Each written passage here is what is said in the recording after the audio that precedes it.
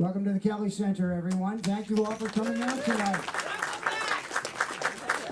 I'm Tom Kelly, and we really appreciate you supporting our comedy nights here. One of the things I want to mention is we have a partnership with a company. Who drinks coffee? Anybody drink coffee in the house? You'll love this. We have a relationship with a company or an organization. It's a nonprofit that hires people with disabilities to help roast and grind and package coffee for us. We call ours Kelly Center Irish Coffee, whiskey not included.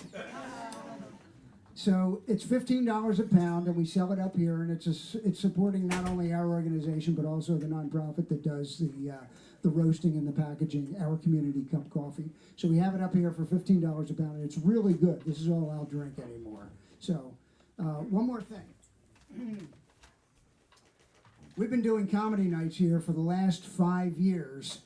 5 years ago, I reconnected with my buddy Mark Lipsky, who had this idea of doing comedy nights, and we've been doing it through the pandemic, sometimes from at home, most times from here, but 4 times a year, at least 4 times a year, we're doing comedy nights, and it's all put together by my buddy Mark Lipsky. So we have dubbed Mark Lipsky the King of Comedy at Kelly Center.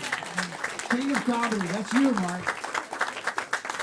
We love this shot of Mark from one of his appearances on stage here, and this is going to forever hang in the Kelly Center. But we really appreciate all Mark has done for us. Thank you for bringing laughs and joy to the Kelly Center.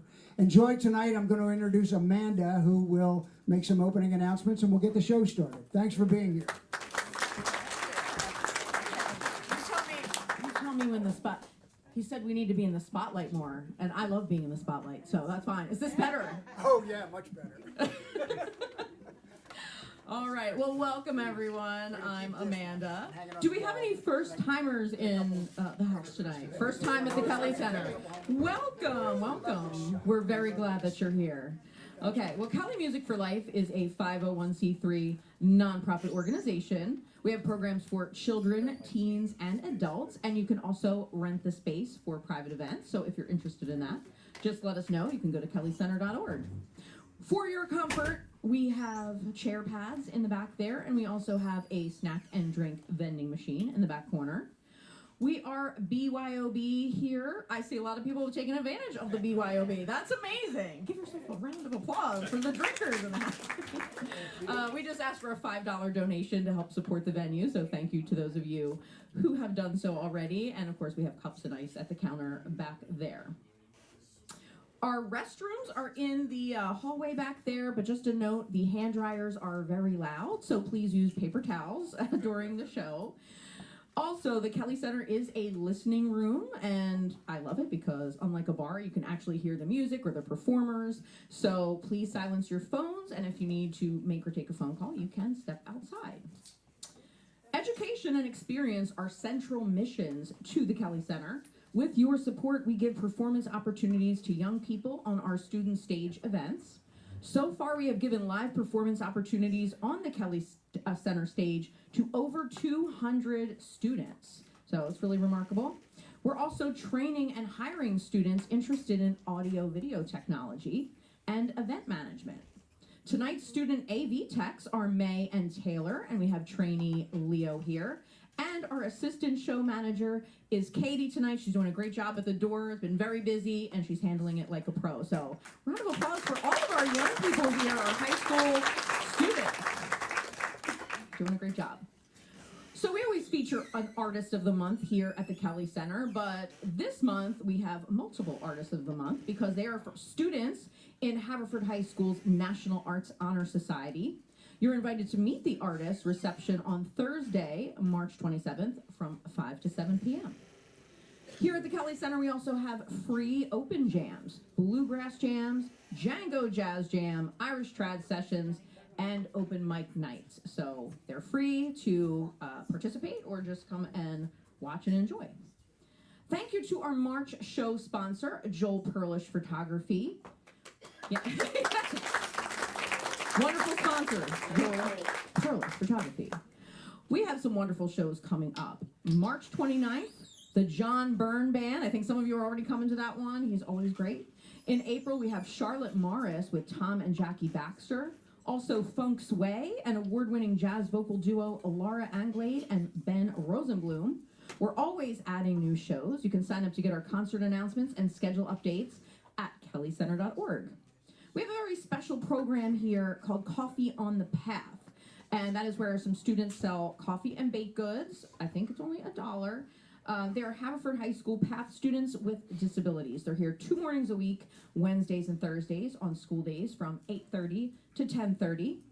PATH program prepares students with disabilities to transition to career life after high school. So come and support them if you're around on Wednesday and Thursday mornings between 8:30 and 10:30.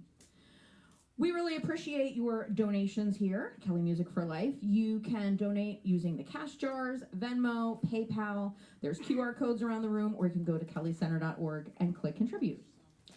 Joel Perlish Photography is the official photographer for Kelly events. He's actually been to every single Kelly event. I think he's the only person to ever have been to all of our events. He has over 45,000 photos on our website. I know, that's a lot of photos. I mean, that's a lot of snapshots, because Joel loves to take snapshots, as we all know. No, Amanda. What? Joel? Professional photographer does not take snapshots. I'm sorry. No, doesn't take snapshots. He takes professional photos like this one. Get my good side. Okay. All right. Oh, by the way, I always like to tell a photographer joke on the comedy nights. So, what's the difference between a photographer and a large pizza? The pizza can feed a family of 4. Sorry, that was savage. We love you, Joel. I'm sorry. All right, but anyway, I'm not the comedian. We have great comedians coming up for you. He is a comedian from Philadelphia. He says, "I've been told I'm funny. My parents think I am, and they wouldn't lie to me." So, please welcome him to the Kelly Center stage in Havertown, Pennsylvania, your MC for the evening, Steve Leventhal.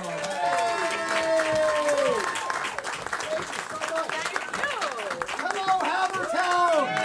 How we doing, Havertown? All right.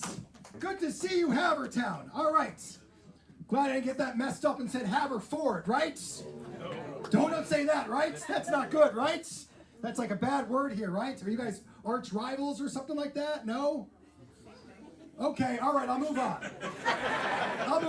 Give it up for Amanda for crushing those announcements, for crying out loud. Yes. Give it up for Joel over there for also crushing that photography right now. Get some good pics of me up there. Get that bald head. You got it, Joel? You get it? You're good? I'm glad I'm not. There's a lot of bald people in here. A lot of bald white people in here, guys. A lot of old bald white people. All of the white people have showed up tonight in Haverford. All right. Good to see you all. No wonder the Wikipedia didn't lie about the diversity, for crying out loud. I think I saw one black person. They mentioned you in Wikipedia. They're like, it just said black, it just said Sam, or whatever the name was. That was it. Good to see you all, guys. Happy Saturday night here in Haverford. We're doing well. Give yourself a round of applause for coming out tonight. Nice. Good to see you all, guys. All right, we have BYOB. Some people are partying. Some people got their waters. Some people got Wawa. Okay. Really going crazy tonight, huh? Really going nuts. You got your coffee? Is it coffee, or did you put some vodka in there? Are you going crazy? Nothing. Don't say a word. You're like, I don't want a word out of you, bald man. Don't bother me. I got front row tickets. That doesn't mean you can talk to me. I got you. I understand. All right. A lot of married couples, friends here. You guys look like you're friends. No, don't talk to you either. Okay. All right. Real talkative crowd here. Okay. No, you're not friends, or go back a while. Yeah. Sisters, nice. Okay. And then you guys just all hang out together. Okay. All right. But not swingers or anything like that. Nothing weird. Okay. All right. 7:30 show. Just see what I can get out of the crowd. All right. Did swingers offend anyone? Okay. It is getting darker. We're going to try to, use some 4-letter words here and there. Is that okay with you guys? It's comedy, okay? All right? Some people see an older crowd and they're like, oh my God, we can't curse or talk about sex in front of them. You people have fucked more than anyone here, okay? All right? For crying out loud, right? I'm not afraid of you guys, all right? You could have been home watching Golden Girls, but you're here, for crying out loud, all right? All right, I feel like I just stung a chord with that. Okay, I live in Center City, Philadelphia. Any Philadelphia people here? Couple, okay, all right. So we got a couple here. My family and I, we live in Center City, Philadelphia. And I was talking to this guy the other day, and he said, I've lived in Philadelphia my whole life, and no one's ever broken into my car once. And I said, well, you should knock on wood, sir. You should really knock on wood. And he said, I'm not knocking on wood. That's the dumbest thing I ever heard. And then the very next day, I broke into his car. Screw that guy, right, everyone? Right? Also, I'm sorry, I look like Cory Booker and Joe Rogan, all right? This is my face, all right, guys? This is it. I lived a lot of different places in my life. I used to live in California, New York City, Arizona, but I used to live in Weehawken, New Jersey. Does everyone know where Weehawken? We got some North Jersey people here? Secaucus. That's how you know a real North Jersey person. He said Secaucus. Everyone else is like Secaucus, but you say Secaucus, right? Yeah, I used to live in Weehawken, New Jersey. Sorry. Yeah, sorry is right. You are right, sir. You are right. What's your name, sir? Harold. Harold is right. I used to live right next to the Lincoln Tunnel in Weehawken, New Jersey. The Lincoln Tunnel. A little fact about that Lincoln Tunnel, around 700,000 cars go through that tunnel every single day. 700,000. I had a friend that visited me once from Colorado, and he said, Steve, I'm just going to go outside and get some fresh air. And now he's dead. That's a Lincoln Tunnel joke, everyone. Not every comic's going to have that one, okay? Where are my dog people at? Who's got dogs here? Yeah, all right. I feel like I got the most energy out of it by saying, who's got dogs here? Big dog crew. Miss, what kind of dog you have? Black Lab. Black Lab, nice, nice. Who else? What kind of dog? Anyone else? Who else raised their hand? What kind? A poodle? Nice. One more person. A puggle? Nice. What the hell is a puggle? It's a mix between a pug and a wuggle? A beagle. Okay. Is it big, small? Medium. A medium dog. Nice. Is that like a weird mix or is that pretty common? Not sure. All right, we'll look it up, all right? After some comics, I'll do some research. I'll Google it and we'll let the crowd know, okay? I won't leave you in suspense. Are you okay with that, sir? You're like, okay, all right, why not? You're like, I'm here, I got nothing else to do. I'll learn some shit, why not, all right? My family and I, sir, we just got a rescue pit bull not too long ago. We did. I'm a hero up here. I'm a hero. Thank you, sir. Yeah, thank you, rescue, yeah. So we got his name is Comet, and we had all these rules when we got Comet, you know? We're like, Comet can't go in this room, Comet can't go in that room, no table food for Comet. We just hit 6 months, and now we're like, Comet can't smoke in bed. That's where we're at with this dog, everyone. That's where we're at with this dog. I am married for 10 years next month, everyone. Thank you. 10 years next month. Where are my married people at? Did you just say sorry? Someone just say sorry? Oh my gosh. How long are you married for? 20. 20 years. Oh my God, did you guys see how miserable they look? Both of them look so miserable. Oh my God, are you guys fighting? Did you know you'd both be here? Were you both like, oh, he showed up too, I might as well sit with them. 20 years, wow. Sometimes I like to ask the secret, but there is none from you guys. You're like, just show up, drink 2. You guys have 3 beers in front of you. You got ready to go. 20 years, is there anything you want to tell the crowd of anything? No, okay. Just a shaking the head. They're just giving up with life. He has an army hat. He's like, I have a grenade with me right now. Anything can happen. But I've been married for 10 years, and my wife and I met in the old online dating. No. Yeah, I'm sure you guys are all familiar with Venmo. A little slow with that one, guys, but we'll warm up to it. We'll warm up to it. My wife's name is Catherine. And Catherine and I were super good friends before we were in a relationship, before we were married. And you guys know when you're good friends with someone, you say things different to them than if you're married to them, if you're in a relationship with them, right? So when Catherine and I were friends, I would say something like, hey, Catherine, you know your friend Jenny?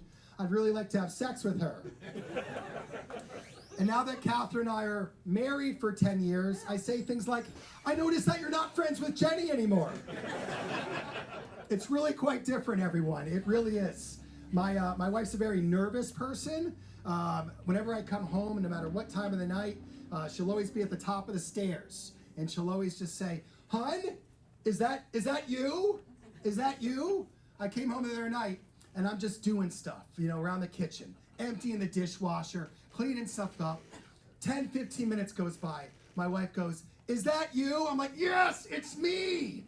No one just breaks into a house and just starts cleaning it, for crying out loud. That's not how murders or break-ins work. That is not. I read a story the other day about a man who was married to 2 people, and the wives never knew about it. Crazy, right, sir? One in America and a whole other wife in life in Thailand.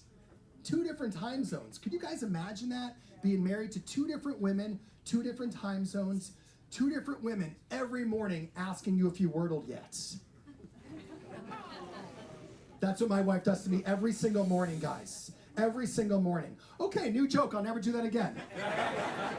Comics, this crowd is very honest if they don't like it. They're just like, "I'm not going with that. I'm an anti-Wordle person. I don't like Wordle comic jokes," okay? Thank you very much, guys. You weren't on board with that. I won't do any more Wordle jokes. I appreciate that, okay?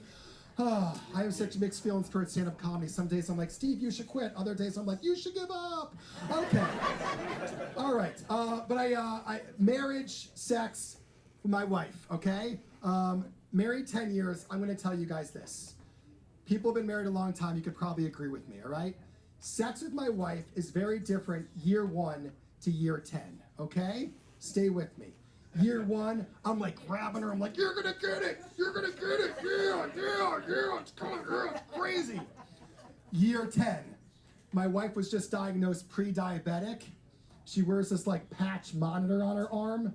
Last week I had sex with her. I just grabbed that thing and I was like, "You want some glucose, bitch?" Very different, everyone. Very different. I feel like up here was kind of on board with that. Back there, we're still trying to figure out the Venmo joke. We're kind of all over the place, guys. We're gonna get there, all right? I'm only have an hour left of time up here. Okay. I did mention this is a 19-hour show. We have 74 comics, all right? Buckle up, guys, all right? I do like married, though, being married. I was never good with the ladies. Like, years ago, I knew I wasn't good with ladies in high school. I really liked this girl in high school, and her name was Marissa.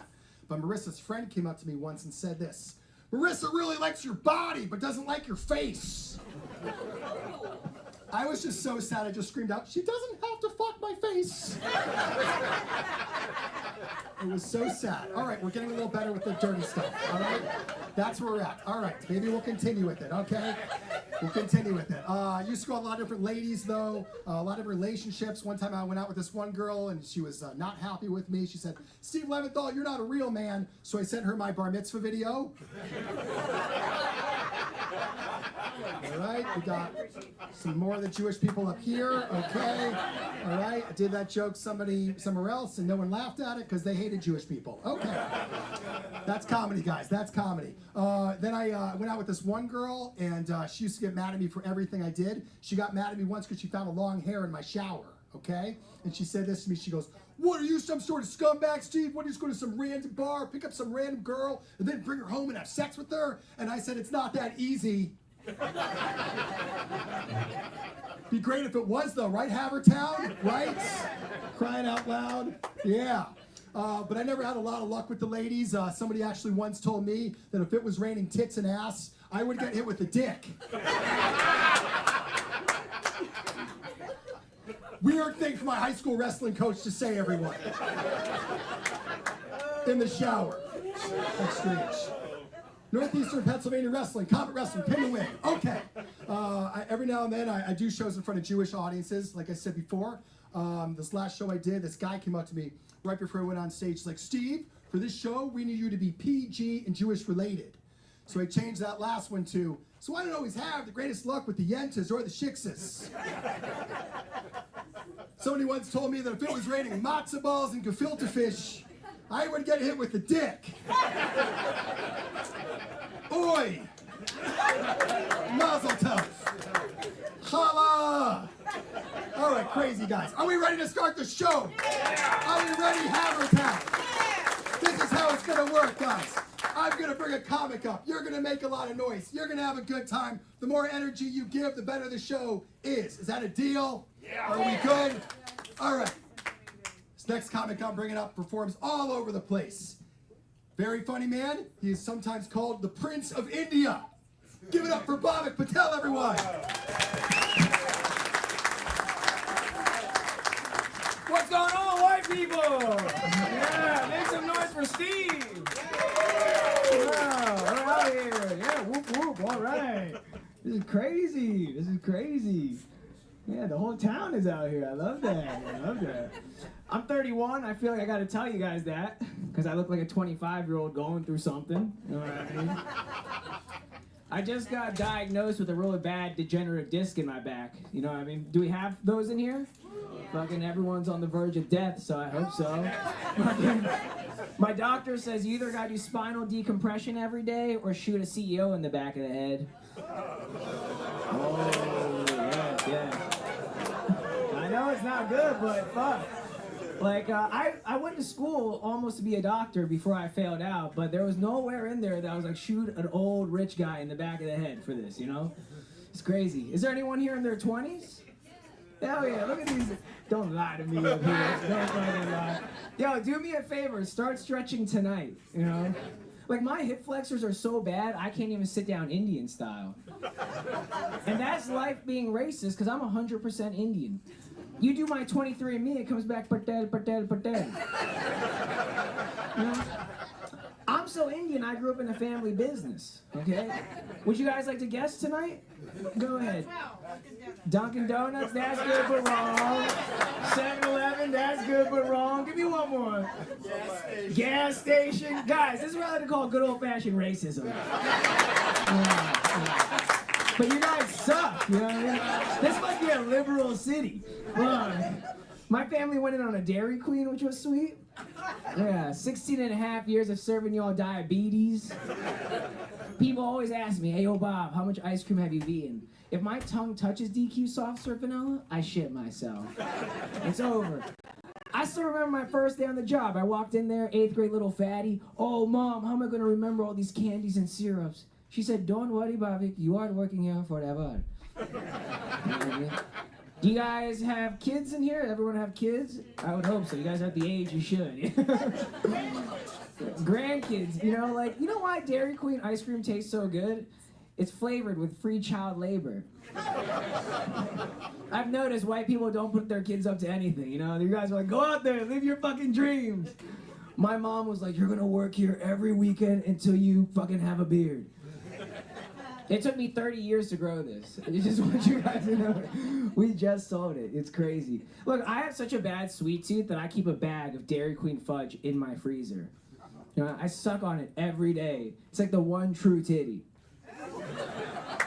There you go. You like that. You like sucking titties, don't you, brother? Hey, I know you do. I know. We all love sucking a good titty. But let's see. My mom's low-key pretty pissed at me because I should have a wife and some free child labor to work at the Dairy Queen. But relationships are a little bit hard for me right now because a couple years ago, I came out of a 7-year relationship, you know? It's kind of tough. My heart hurts, but my bank account is on the rise. I might just be sad and rich forever, you know? Get 2 dogs, a man vibrator, call it a day. And I'm talking about those special man vibrators that you plug to the wall and it just goes... Oh, that's a little bit... Some of y'all don't even know about that. You've been married so long, you haven't been on the fucking hub. I'm sorry. Let's see, I was just dating a girl recently, and she let me have our first threesome. It was pretty cool. It was me, her, and her cat watching from the cat tree. I felt like Mowgli from the Jungle Book. You know, I'm looking up at the cat, asking how I'm doing. The cat's looking back at me like, not very good, Bob. We've seen bigger. I know, what a fucking mean cat, right? I've realized I'm done dating young chicks, no chicks in their mid-20s anymore, because, you know, you go to one of their parties, they're all standing for hours. They don't even sit down, and the couch in the corner of the room is just eyeballing me, like, come sit on my face, Bob. Okay? I don't even want to go to parties anymore unless sitting is on the itinerary. You guys feel me on that one? Yeah, of course, I know sciatica runs in this fucking room. Make some noise if you have sciatica. This guy. You don't look like you have any problems, bro. You look like you're a strong man. Do you have problems? Yeah. And don't say a lady, because that's cheap. That's cheap. That's fucked up, guys. All right, send me to jail somewhere. No, it's not nice. We can't burn. No, that's all right. Any dads in the audience? Any dads? All right, I just need one dad. This gentleman raised his hand like a nice guy in the back with the glasses. Let me ask you something. What is your true advice to some of these young people about being a great dad? Spend a lot of time. Spend a lot of time. See, that's like a white dad answer. My dad threw a fucking textbook at me. Said, be great, son. No, my dad is real chill. Big Vishnu, you know what I mean? I bought a motorcycle a couple years ago, and he was like, son, we are going to get you life insurance. So when you die, Papa gets paid, cash money. I was like, damn, Dad, fucking profiting off me. And I'll leave you guys with this. This month, I'm celebrating 100 days off the drugs. Yeah. No, don't cheers, because now I'm gay. You know, shit's lame. But I had to do it because, like, late night, my heart would start hurting, and my biggest fear would be, like, dying by myself of a heart attack. And then my mom would come to collect the body, and she'd be like, why is this apartment so fucking dirty? You know what I mean? And then she dies of embarrassment, because that lady keeps a clean unit. You know, she keeps a clean house. She dies, follows me into the next life just to whoop my ass. And then I got to explain to my new family why my old family is here whooping my ass. It's fucking crazy, guys. All right, dudes, I've been Bhavik. Give it up for Muscle Steve. Have a good one. Bye. Hey, Bhavik, Patel, everybody! Woo! All right, we're gonna keep this show moving right along. Made some noises. Next time performs all over the place. Give it up for Andrea Fenton, everybody!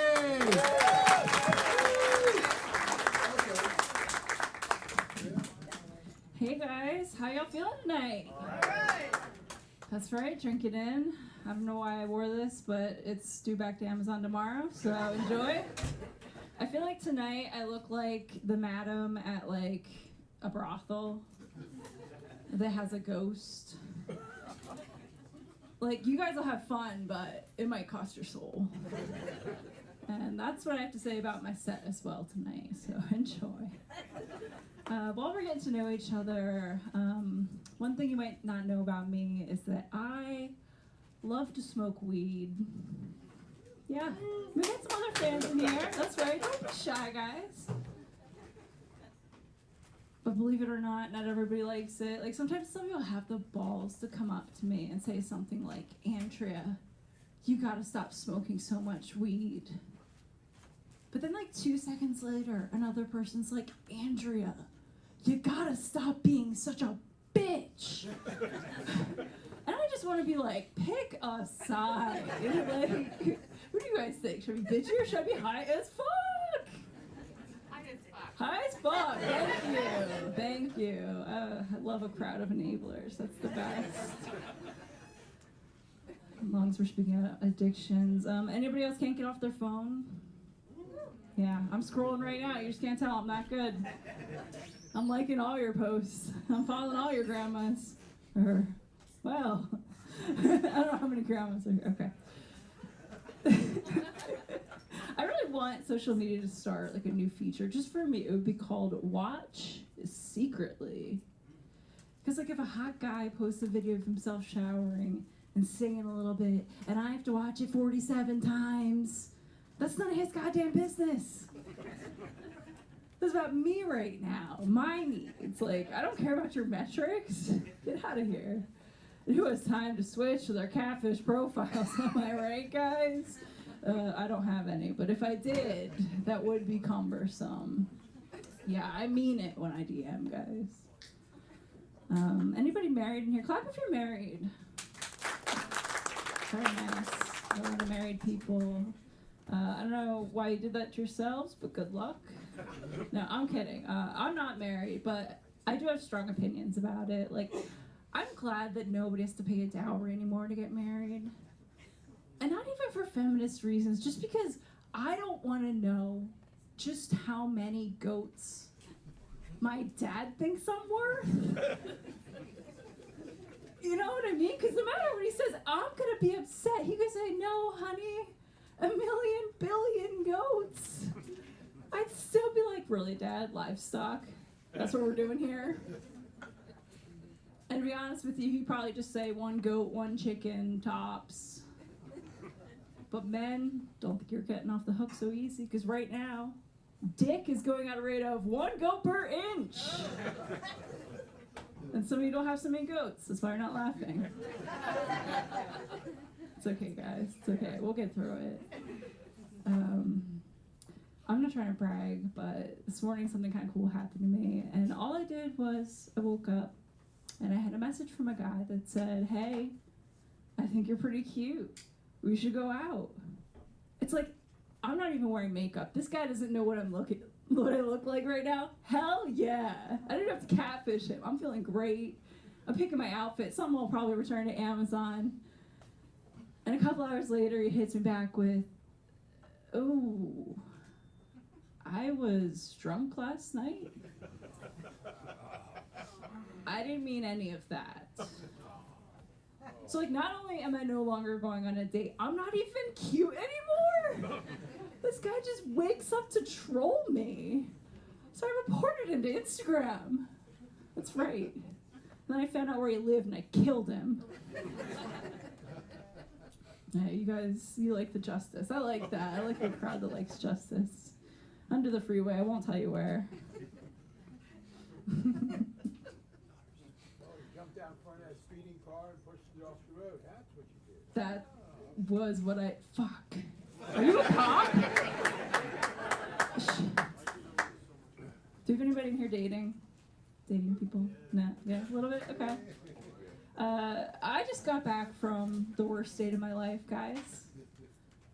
Not only did he talk about himself the entire time, he wouldn't even split the check with me. And we were at his mom's house. Guys, this bitch charged me $35 for Chef Boyardee. Like, it's outrageous. Not even any meatballs. It's ridiculoso. It's, I think, what the Italians say. And the worst part was, at the end, he wouldn't even put out. So I had to fuck his mom. Oh, we like that one. All right, who wants one more pussy joke out of me? One more. All right, come down the home plate. One more thing about me you might not know. Apparently, I have multiple cats' energy. Nobody's surprised. I know. When people meet me, they're never like, oh, do you have a cat? They're always like, well, how many cats do you have? Which is bullshit, because I only have 1 cat. But I'm defensive, because if it was up to me, I would have all of the cats. None of you would have cats. Fuck you guys, all right? But that's like hoarding, you know? It's bad. You can't do it. And there actually is an upshot to having a cat if you're also doing comedy, because you're going to spend a lot of time practicing in front of a completely silent crowd. And if you can bomb in front of your judgmental ass cat, you can bomb at the Kelly Center. I'm Andrea Fenton. Thanks so much for having me.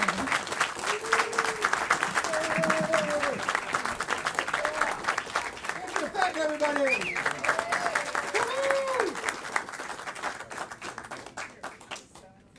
Kelly Center, can I ask you a question? You're an older crowd. I feel like you're my people, okay?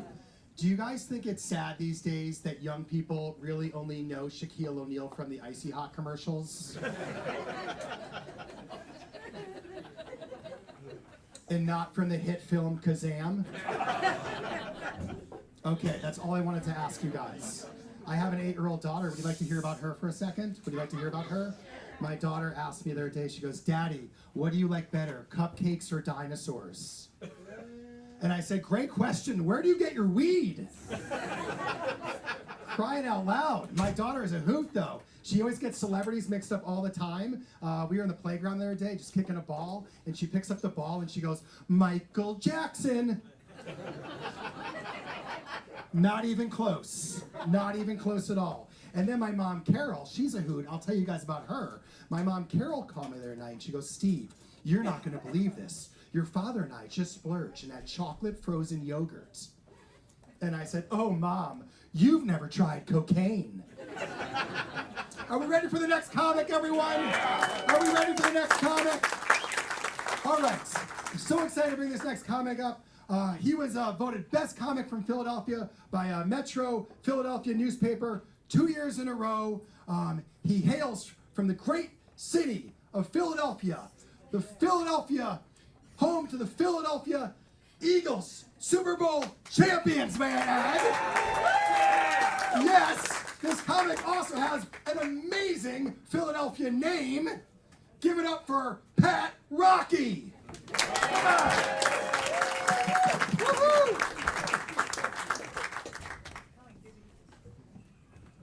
Okay, revenge, revenge. You can see it now. I figure we're on Eagle Road.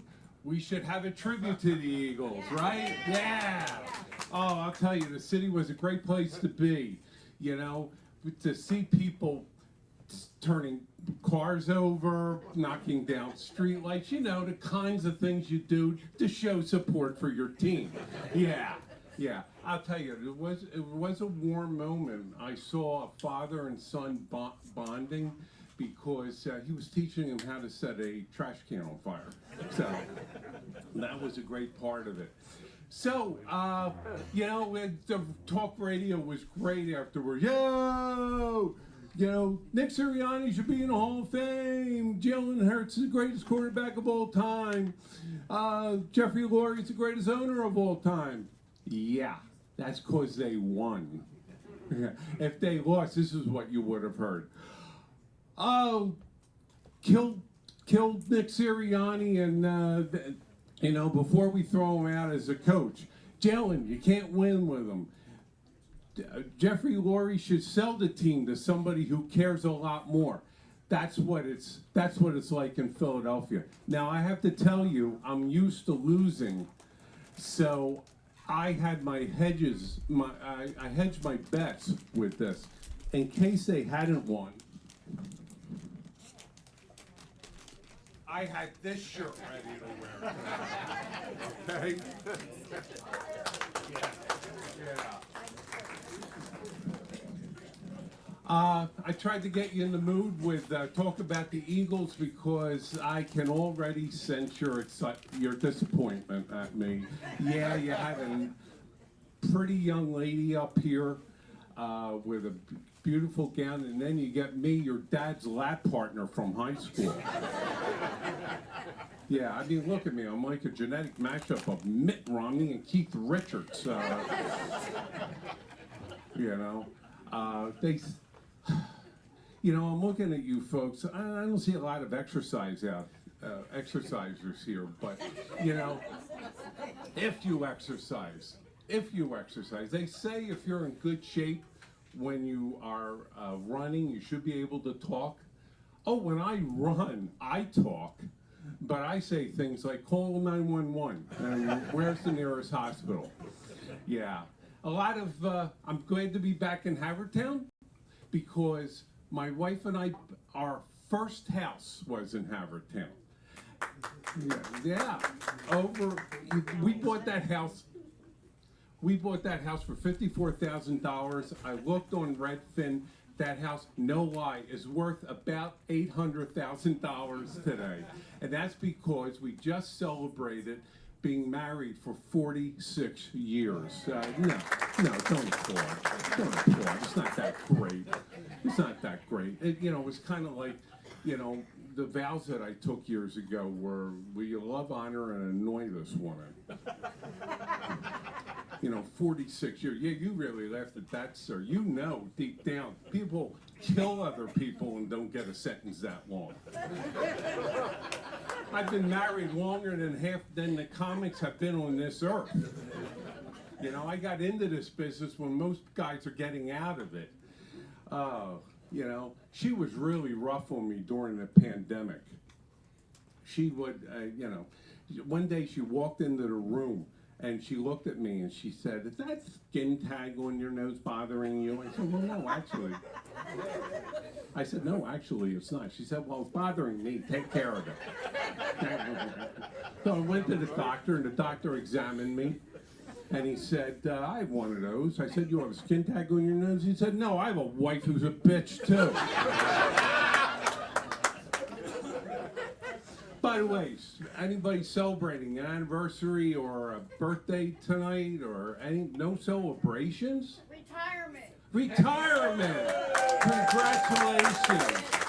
Congratulations! I have, for occasions like this, I do bring a gift with me. Here, have this. Don't spend this all in one place. It's a coupon from Bed Bath & Beyond. So, don't spend it all in one place. Oh, retirement! I fully endorse retirement. The only downside of it is that since I've been home, I'm watching more television than I used to. And I found out that I really hate commercials, sir. You know which one I really hate? The one with the stupid kid in the morning whose mother sends her to Huntington Learning Systems. Oh, the kid's stupid. She's running out of she's stupid. That's a Philadelphia thing, something stupid. Yeah, like you're walking down the street and you trip, you stupid crack. And she says to her mother, "No, face it, I'm not getting into college." And I'm thinking, yeah, no shit. I figured that when you didn't get into acting school either.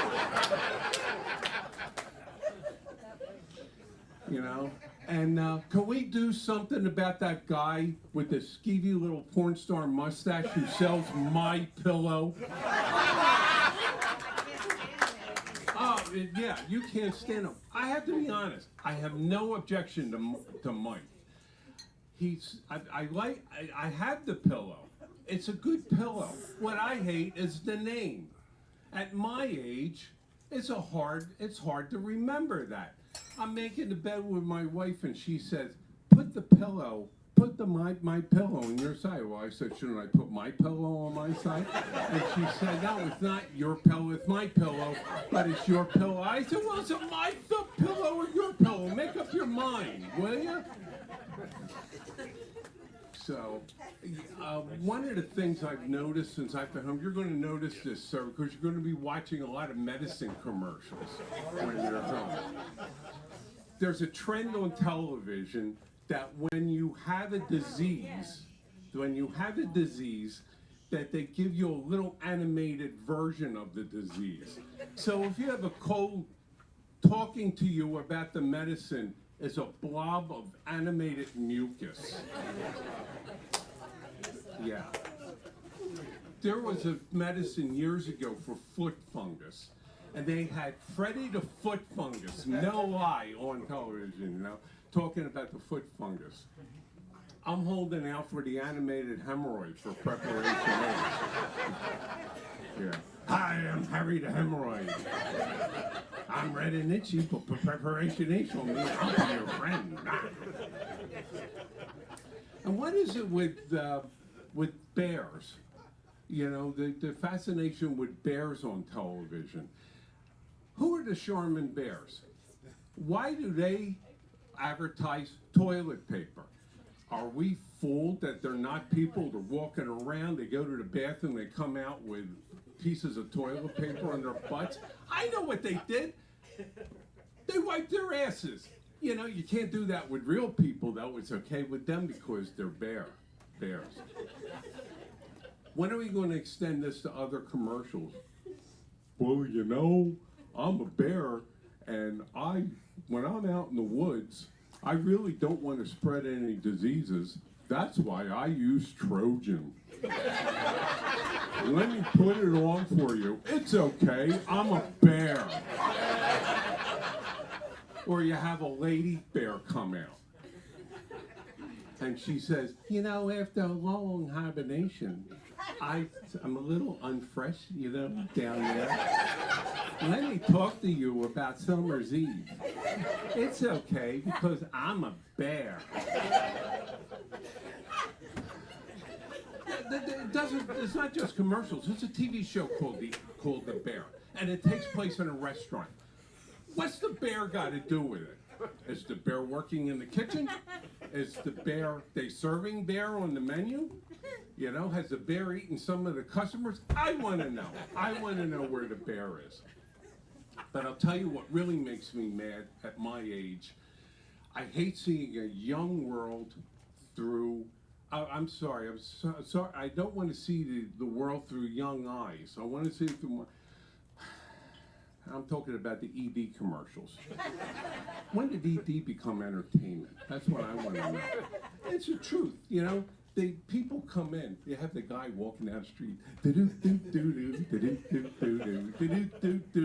I'm telling you guys, the music itself could make a man soft.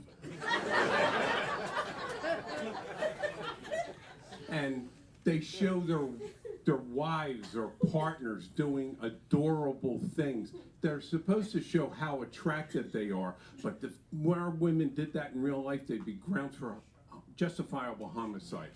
I'm telling you, it's like she's in a restaurant, she takes food off her plate, or she's at home and she's trying to get her shoe on and going across the kitchen floor. Oh, how adorable. Oh, yeah.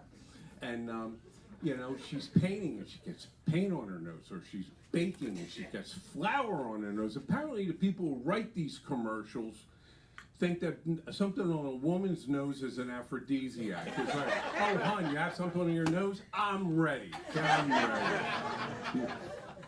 And did you see the guys themselves? Did you ever see? They're always like buff, you know, tastefully trimmed, not muscle bound, with a little touch of gray on the side. These middle-aged Adonises aren't the guys who get ED. Show me a guy who looks like Chris Christie. A guy who's so fucking fat, he hasn't seen his own dick since Hurricane Sandy. And you know, and then there's the side effects, you know. Do not use if you get shortness of breath, blindness, dandruff. Oh, forget it. I'll just go fishing. Yeah. And let me tell you, I've already talked to you about my wife. Let me tell you about the other woman in my life, my mom. Yeah, if I'm collecting Social Security and Medicare, you can imagine how fucking old she is. She's going to be 94 in June, and some of the... Yeah, you can applaud my mom. She hates that I talk about her because I make up shit that I say about her. Hey, Mom, I told them about the time you wet your pants. No, you didn't, you son of a bitch. Anyway, she's... You know, like when she would be with me, you know, after the neurons have retired, she's the worst person about giving directions, you know. We're driving down the road and she says, oh, look, dear, the bridge ices before the road. I said, Mom, we're going to a 4th of July picnic. Tell me when we're going to the Pollyanna. Or there was a time she made reservations at a Japanese restaurant, and then she forgot where the restaurant was. So we're driving around trying to find a restaurant where she made the reservations. She said, that looks like a place where you can get sushi, dear. I said, Mom, you're close. It is Japanese, but it's a Suzuki dealership. And one of my siblings thought that it was a great idea to put her on social media. And she actually participates, but the thing that's embarrassing is she gets the names wrong. You know, she calls it her book face. That's not too bad. You know, I was on my book face today, you know, my book face was funny. Another time she, well, before they changed the name to X, she used to call Twitter Twatter. I was on my twatter today, you know, Mom. But I drew the line when she bragged about being on Snapchat. I'm sorry, Snatch Trap. And I said, Mom, it's Snapchat, please. You know, don't say that outside the house, you know. But I'm going to tell you something. We should respect all our moms because they were tough in their day, weren't they? My mother pushed 6 kids out of her. She dressed us. She fed us. She took care of us. And you know what she and my dad did without? A gender reveal party. The fires were burning in California because of gender reveal parties. You know where they had their gender reveal party? They had it in the delivery room when we came out. Hey, it's a vagina. We got a girl. And a wedding to pay for in 20 years. Look, folks, I hope you don't think I'm cranky about being older. You know, I've been around the sun. In my 72 years, I've traveled around the sun about 41 billion miles. And I've picked up a lot of things along the way. You know, I canceled all my magazine subscriptions. I'm in so many doctor's offices, I just read the magazines there. During the summer, women admire the snakes on my legs, my tattoos. They don't have to know it's my varicose veins. But let me tell you what it's like being 72 and, you know, 47 years of marriage. I compare my love life with my wife to movie franchises. At the beginning, it's the Fast and the Furious. You know, you get in there, it's over a little bit too quickly, but then you learn. Yeah, in your middle ages, you're Iron Man. Yeah. But today, it's Mission Impossible. So, ladies and gentlemen, thanks for coming out and supporting this show that Mark put together. I'm Pat Rocchi. Hi, Rocchi, everybody! Hey. All right, we're going to keep the show moving right along. This next comic, super funny, performs all over the city. Give it up for Brandon Dunbar. Keep it going, everybody, keep it going. What's up, guys? How we doing? We're doing all right. We're chilling. Is this like a family reunion here? Does everybody here know each other? We're doing all right. Okay, I wasn't sure. Just got to check in on the crowd every now and again. You know. Did you guys have a good week? We're doing all right. We got some people drinking. St. Patty's Day. That's what's up. Cool. Naming holidays. Did you guys work today? Is everybody in here retired? I don't know. Just messing with you guys. Look, I worked this week, and I'm glad I'm done. You know, it's look. Has anybody in here? I don't work in a restaurant anymore, but I've worked in a restaurant before. Has anybody here worked in a restaurant? You gotta work at a good. I like a good chain restaurant though. A chain restaurant builds good character. I work at I worked at all the chains. I worked at Applebee's. I worked at Cracker Barrel, Red Robin. I'm like the John Tapper of chain restaurants. I know what's going on. Okay, but I have a corporate job now. All right, I'm in sales. I'm like the worst guy. You guys probably all hate me here. Okay, but here's the thing. With corporate job, like you can't, if a boss makes you pissed off at a corporate job, you can't shit on your boss. You're going to get fired. But at a chain restaurant, who gives a shit? You know what I mean? I worked at TGI Fridays for like a year straight, and you can shit on your boss there as much as you want. It doesn't even matter. Okay, there was like a Saturday day one time. There was the boss. He was acting all hard, acting like a badass. And he was walking around in the kitchen. He's like, all right, guys, when are these burgers going to be ready? It's been 45 minutes. And all the cooks at the same time are like, why don't you shut the fuck up about it, you bitch-ass pussy? And the manager's like, all right, guys, just remember we're a family here, okay? I can't fire you. I worked at Red Robin for a little bit. We had to do the happy birthday songs, which was fun. Well, I guess it wasn't too fun. But it's really fun. Here, it's fun because there's a lot, I don't know if you guys know, it's a lot of chain restaurants, the waiters and there's a lot of drug addicts, which is great. You know what I mean? I'm not shitting, but it's really funny when you got to do a happy birthday song to a 6-year-old when the guy next to you is on heroin. That's always, they're leaning over while they're fucking singing happy birthday to a child. You know? Well, I told him, don't do it. I said, you got to stop doing the drugs. You know? He didn't want to, I'm just fucking around. All right, guys. It's good being here. Does anybody, I'm not a huge weed, obviously this crowd, I feel like you guys aren't a big weed crowd, which is normal, right? I don't smoke too much weed, I used to smoke weed all the time, okay? But I don't do it as much anymore because it does make me a little anxious. Weed makes me a little bit paranoid.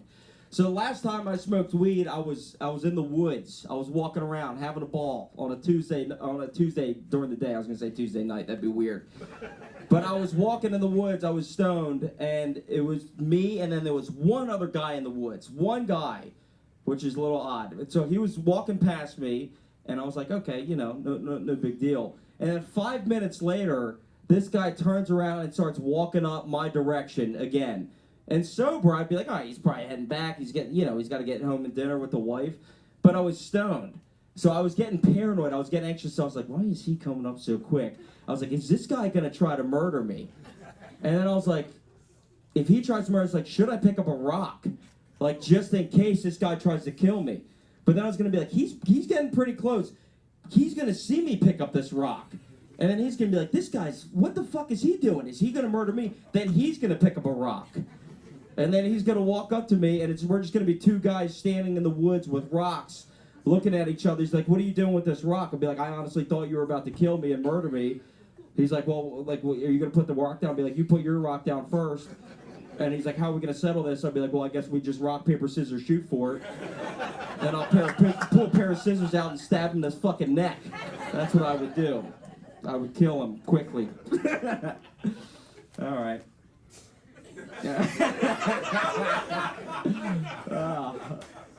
I'm having fun. This is a good crowd. This is like a I don't know what kind of crowd you guys are.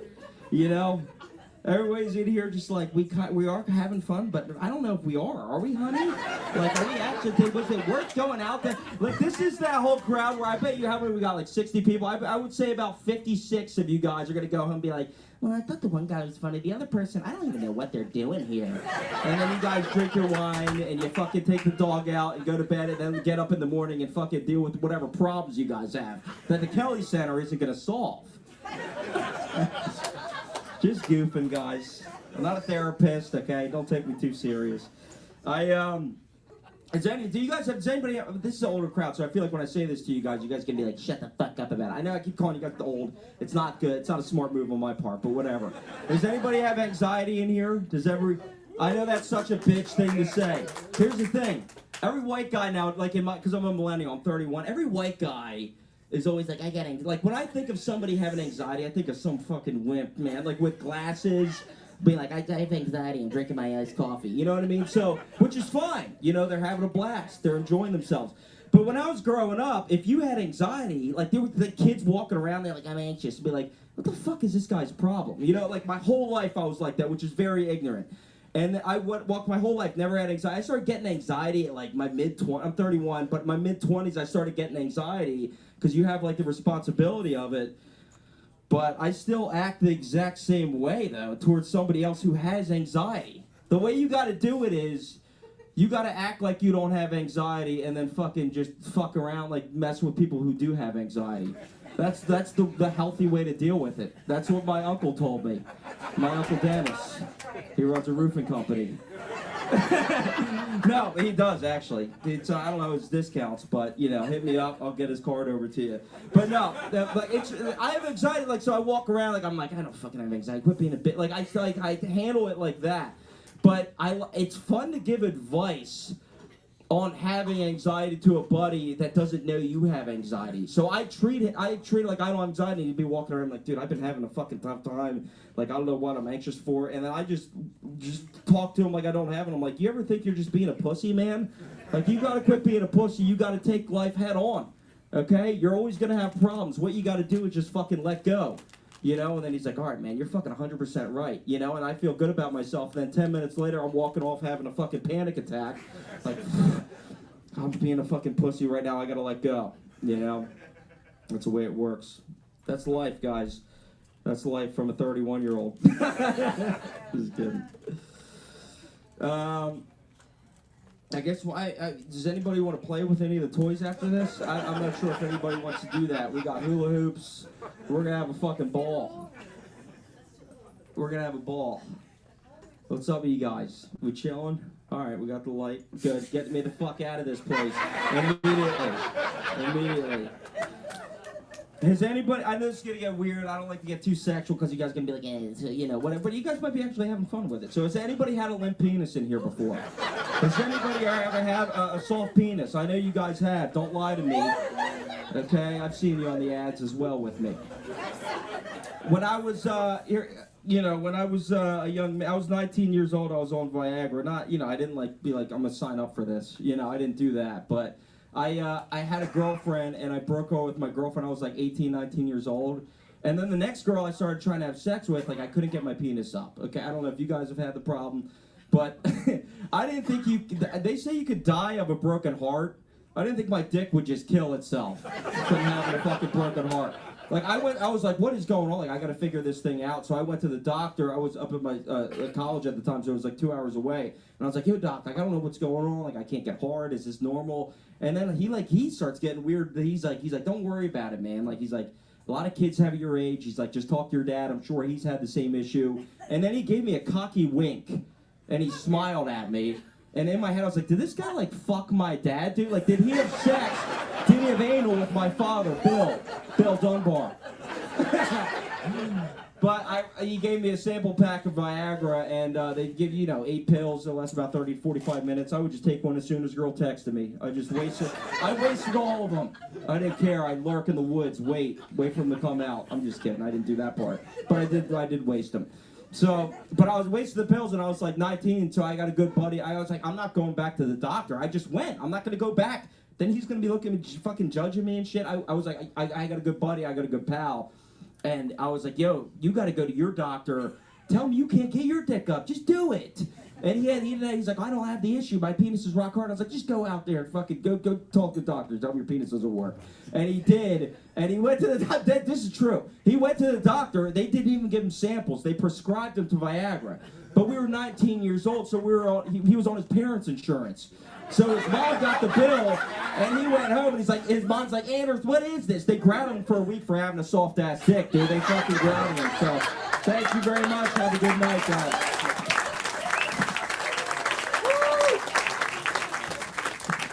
Dunbar, everybody. Give it on the head. You guys ready for a feature act tonight? Ready for our feature act? All right. Next time performs all over the place. Super funny. Give it up. Make some noise for John Kensil, everybody.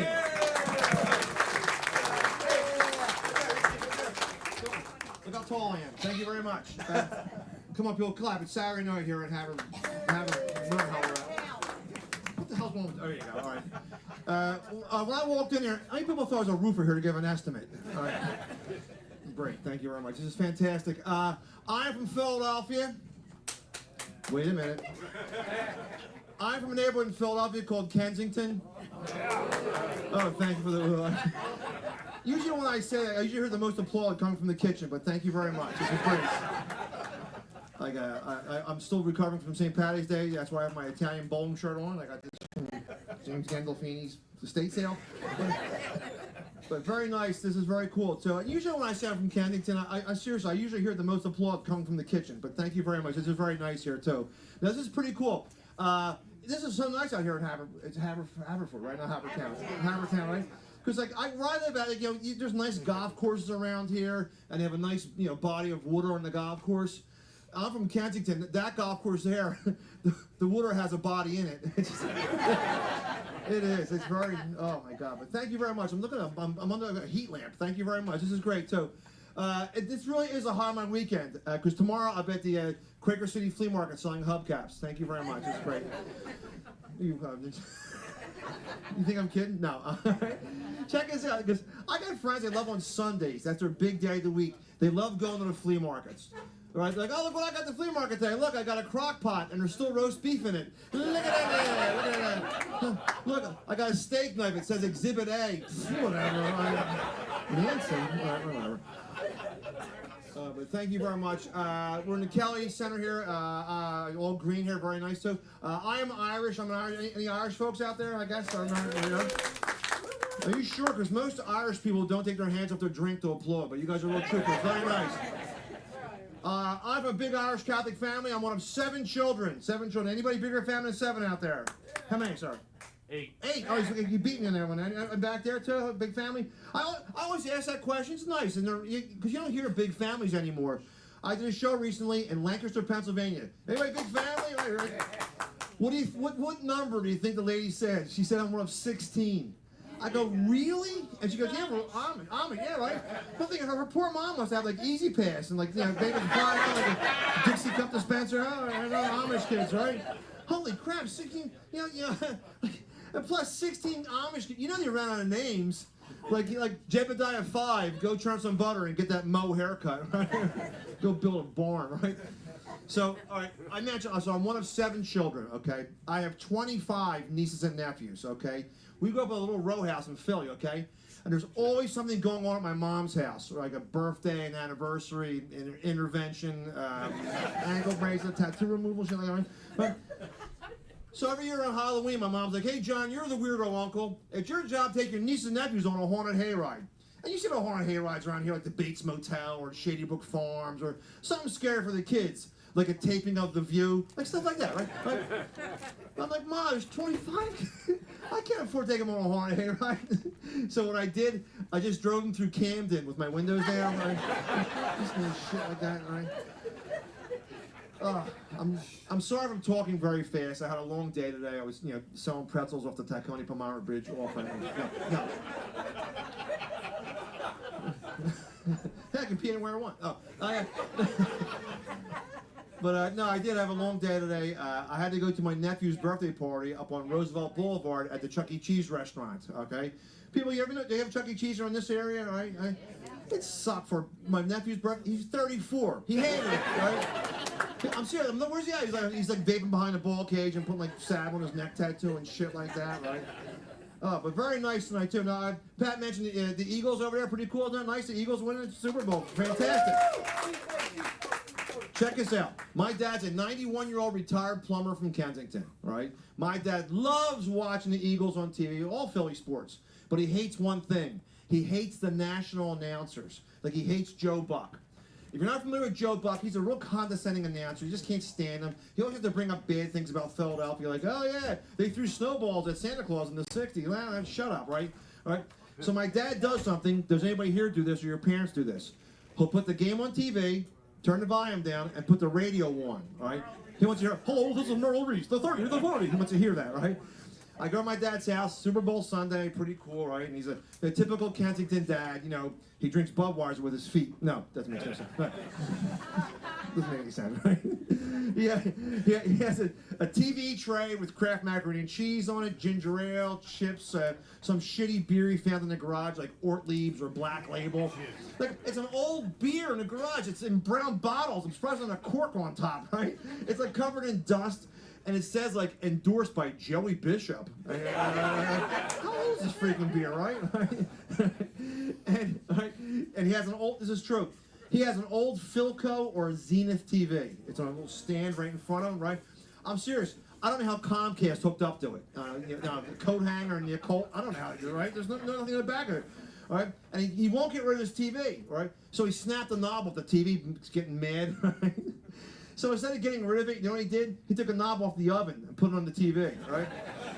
I'm like, Dad, what are you watching? He's like, I don't know, broiled. I'm like, shut up, right?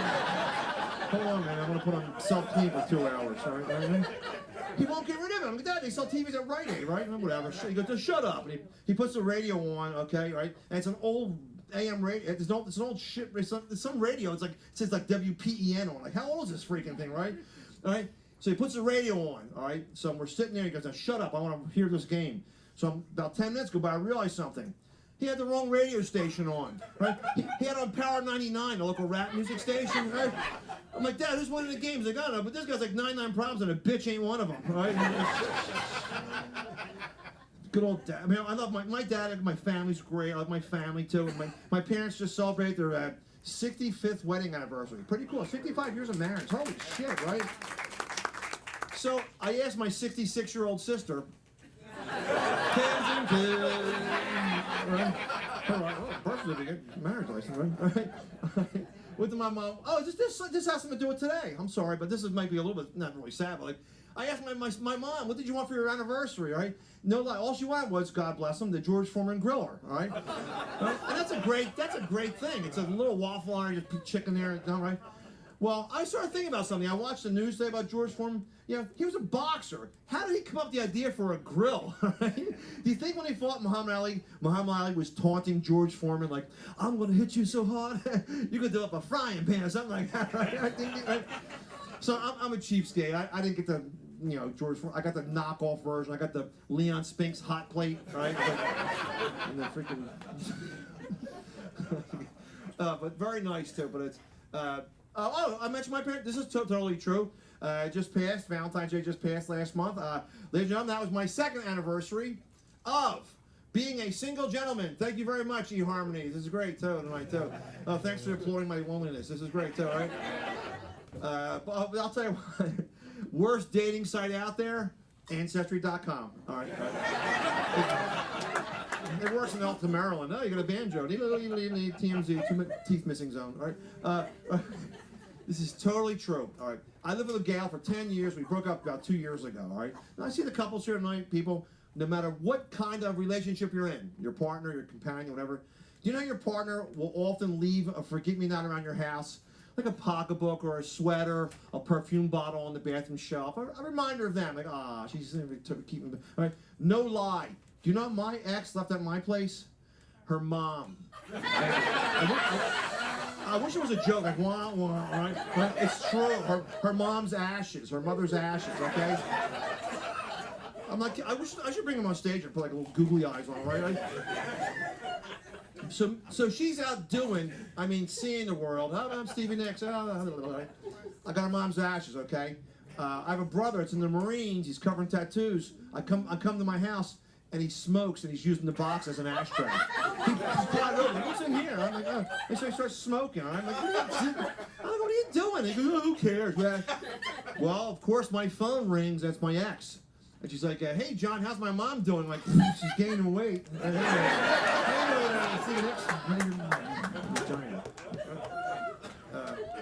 Now, if there's any single people here tonight, too, I'll tell you how to, and this works for anybody wants to go out on a night on the town. Before you go out to a singles place or anywhere, here's how you pick up, all right? Buy a stethoscope at a Rite Aid or a Walgreens and just throw it over your shoulders and walk into a place, right? And they'll all think you're a doctor, okay, right? Works great. Now, where I live at now is up in Northeast Philadelphia by the Parks Casino. I'm up way up Street Road that way, right? All right, there's a famous nightclub up there, singles place called Michael's on Street Road, okay? If you haven't heard of it, it's like the Regal Beagle from Three's Company. It's an older, like you walk through a time warp to 1978. It's an older clientele there, very older. Like, if I ask a woman, hey, what's your sign? It's usually, do not resuscitate. If I ask for a phone number, it has like 5 numbers in it, right? The dancers check your medical alert bracelet, so like, right? And I love more mature women. I love the mature women, because, I'm into the prune tang. Right? Thank you very much. This is great tonight, too. So I put the stethoscope on, and I'm, walking around, having a great time. I don't know any doctor phrases. I'm just saying things I heard on TV, like Midol, Compound W, ShamWow, Trevor John, Doogie Klinger, whatever, right? Grey's Anatomy, right? And it works great until this guy had a heart attack on the dance floor, right? And I'm like, is there a doctor in here? And someone's like, yeah. The guy with the Flyers jersey with the stethoscope. I'm like, I don't know. Here. I knelt down. Here's a referral. There's your Obamacare. Have that freak, right? Thank God Bob Pantano knew CPR. Very nice, too. Now, I'll tell you what. So I have the most loyal person I have in my life right now is thank you very much. All right. I have a 16-month-old German Shepherd dog. All right. And you hear my Philly accent. I say dog, D-A-W-G. Right. All right. And he's a great animal, great dog. Right. All right. He's great. Okay. He's gigantic. Okay. At the end of September last year, we had a heat wave in Philadelphia. It was like 100 degrees right at the end of September. And my dog's fur started falling out in clumps big time, right? And he tried to hide it with a comb over, but like, who are you trying to fool that? Trump dog, right? So check this out. If you have any problems with your pets, don't go by your friend's advice, all right? So my friend said, dude, when your dog's fur falls out, you gotta change his diet. Like, what do you mean? He's like, yeah, you have to add garlic to his food, right? And he's a big dog, so I'm adding bags of garlic to his kibbles and bits, right? So I'm not kidding. I turned my German Shepherd into an Italian Shepherd. That's here, nice bark, like, ooh, what the fuck, what? He keeps getting Bronx Tale on Netflix. I'm like, come on, how many times, right? All right. Now, if there's any pet people here too. Every time I take my dog to the vet to get his shots, right, there's always another service on the wall. No lie, there's a service there. It's a grief counselor for dogs. I go, really? Because dogs get sad when someone passes away in the family. But like, imagine that, you bring the dog in, and you guys like, yeah, Bingo hasn't been licking his balls with as much enthusiasm since Pop Pop died. Right? All right, get on the couch. Get off the couch. And he's like smacking this shit, right? This is true. All right, I get done a show. It's like 3 o'clock in the morning. I'm dead tired. Come home. I let my dog out in his bathroom. I mean, my backyard. 3 o'clock in the morning. I hear my dog start flipping the hell out. I look out the window. My dog has something black and white in his mouth, shaking it black and white. I'm like, oh God, please let that be a penguin, please. March the penguins came to Philadelphia and won't accept the bus or something. Or a little lost nun collecting for the missions, right? He had a skunk in his mouth, right? You know how horrible that is, a skunk in his mouth? Right? I'm like, ugh. So like, I get a broom and I separate them and the skunk runs off. I know I'm going to get a letter from his lawyer, Rand Spear, the skunk neck breaks. Like, the dog got sprays in his nose and his ears and stuff and it stunk, right? So like an idiot, I did what you're supposed to do. You have the old wives' tale, a bath in tomato juice, right? I'm getting the ketchup packets from Burger King, right? Squeezing them on, right? But that's what you do to on Halloween night. Don't buy that candy. Just clean your refrigerator out. Kids ain't gonna tell. Here's 10,000 soy sauce packets. You know, honey mustard, duck sauce. Last Halloween, I gave up my mom's female hormones. I did. Right? Now the neighborhood bully, he hits like a girl. All right. This is true. I'm not doing it. It looks like some of his movie Carrie. The old covered in red shit, right? The dog started drinking tomato juice. Does anybody here know what happens when a dog ingests tomato juice? I'll put it politely. Flames shot out every orifice in his body. His ass exploded. It doesn't, right? It was like the Batmobile. So I called, So I got called to the University of Pennsylvania. It's a 24-hour vet hotline. And the woman said, don't use tomato juice. It's an old wives' tale. I'm like, ugh, right? And she said, until you can get to a pet store and get that skunk shampoo, she said, use vinegar and water. It'll get the skunk oil out of his fur. So now it's like 4 in the morning. I go to vinegar and water. He's a 110-pound dog. I'm like, so huge. I just buy a case of Massengill, the 24-hour. And the girl's like texting her friend, like, hello, TMZ, John Tesh is buying a freaking whatever, right? I'm almost done, right? So the next day, I go to Petco. This is the coolest thing I've ever seen. They sell there. They sell a thing called the dog translator, all right? It's a collar that goes around his neck, and when he barks, it comes up on a walkie-talkie. It translates his barks. It's so cool, right? It was $100. So I used all the money I made doing comedy for the past 3 years.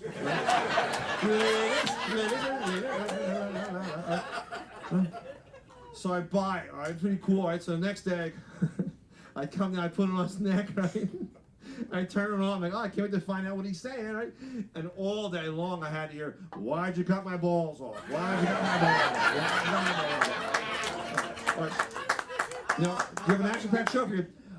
It's so nice to be back. We're all together again, gathering after the quarantine and stuff like that. All right, people, that's right here, okay. What the hell's going back there? All right. Is that my probation? Anyway. Check this out. Now, I hope you all use that time to better yourselves, like write or read or jog or work out, learn Taekwondo or something like that. Well, for comedy, I want to try something for comedy. I want to try ventriloquism, all right? And this is during the quarantine. I practice it very hard. All right. Now, can I try it for you guys tonight, a little bit of it? Yeah. All right. I have my Kensington suitcase here. All right. I'm on the wall. All right, here you go. Now, remember, too, people, the secret of... What the hell's that? The secret to... What the hell's that? Give me a second. What's that look like? Oh, remember, the secret to ventriloquism is not seeing your lips move. Not seeing... So during the quarantine, I've worked on it.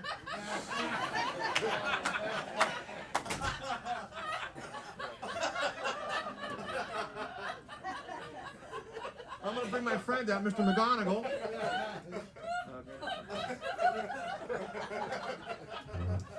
Mr. McGonagall, all right. Hi, everybody in Haverford.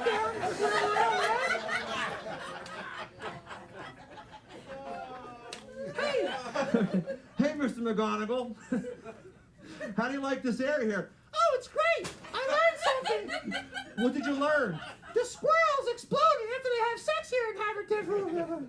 Really? The squirrels explode if they have sex? Well, the ones I banged did.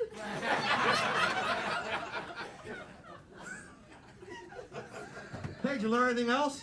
Yeah, I learned bananas are good for your memory. Really? Well, my girlfriend shoved one in my ass. I'll never forget that. What else did you learn? Oh, vasectomies don't work. Really? Yeah, it just changes the color of the baby.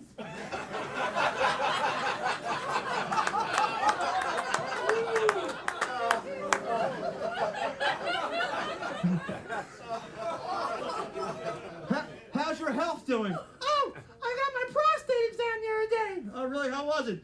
Well, the doctor said, now, Steve, don't get an erection. And I said, but my name's Mr. McGonagall. And he said, I know, my name is Steve. And he said, hey, Mr. McGonagall, you have a piece of lettuce sticking out of your ass. And I said, that's just the tip of the iceberg. Hey, did you try any restaurants in town? Yeah, I was at the Waffle House across the street. And the waitress was really busy. And she came over to serve me, and she pulled a hamburger out from her armpit. She had a glass of water between her top, and then she said, do you want anything else? And I said, yeah, cancel my hot dog.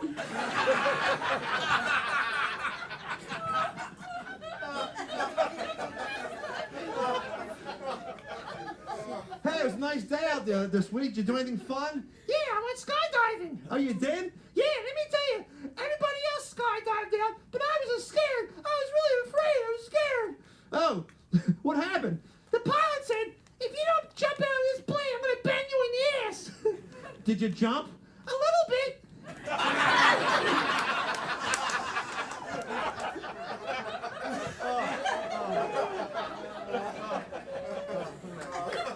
That's my time for the show. Here's Steve.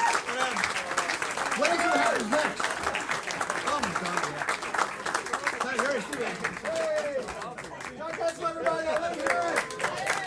Yay! 2 more comics that are headliner, guys. We got 2 amazing comics that are amazing headliner. You're doing great. Give yourself a round of applause right now. Next comic, so awesome, performs all over the place, runs shows all over Jersey called Derailed Comedy. Give it up for Jeremy Smerling, everybody.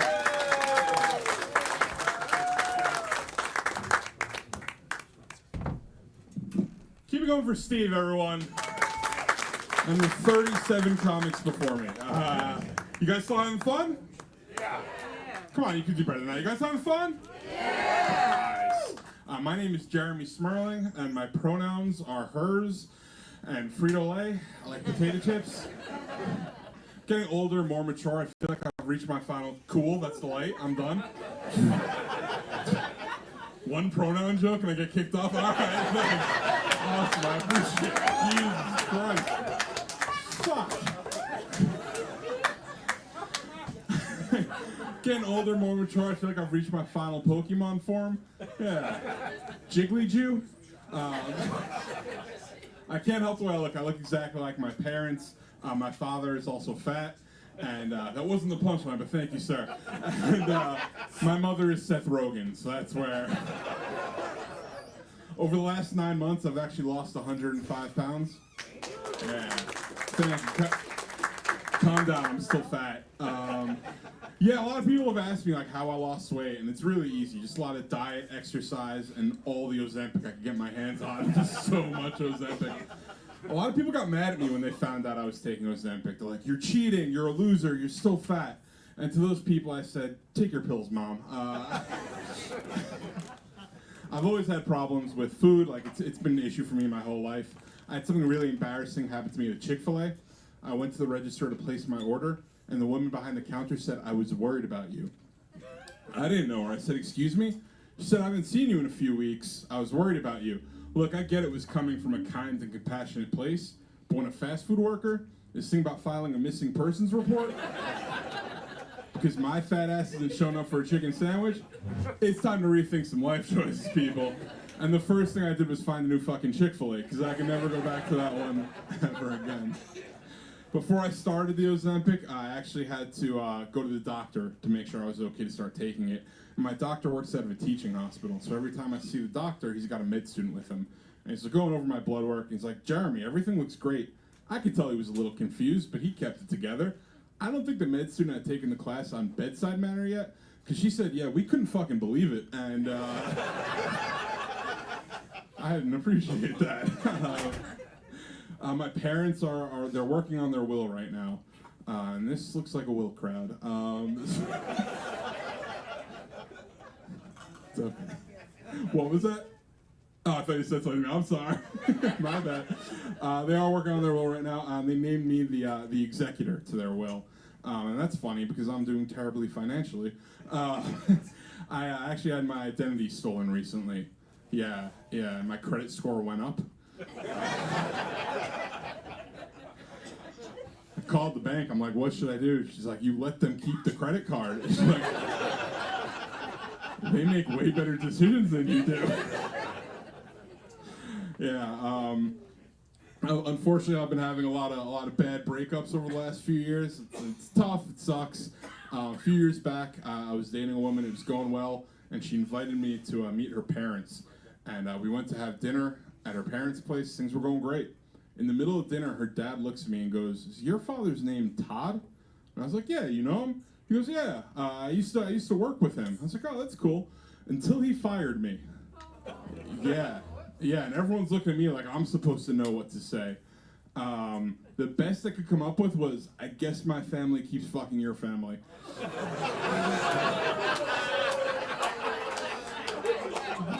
So, that relationship didn't last much longer.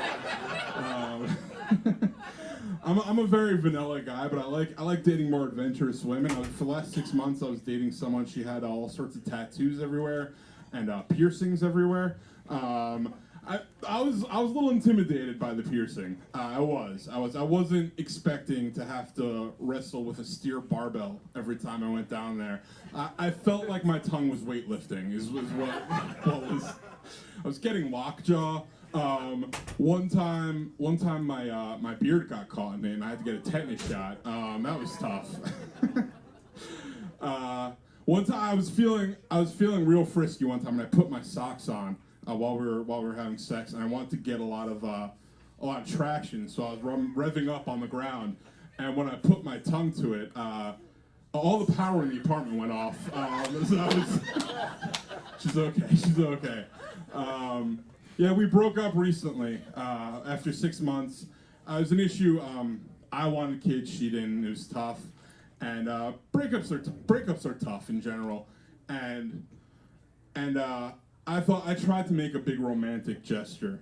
Like I tried doing one of those romantic comedy things. I wrote her a letter, and I said, "All I need is you. You know, I don't need kids. I don't need any of that. I just want you."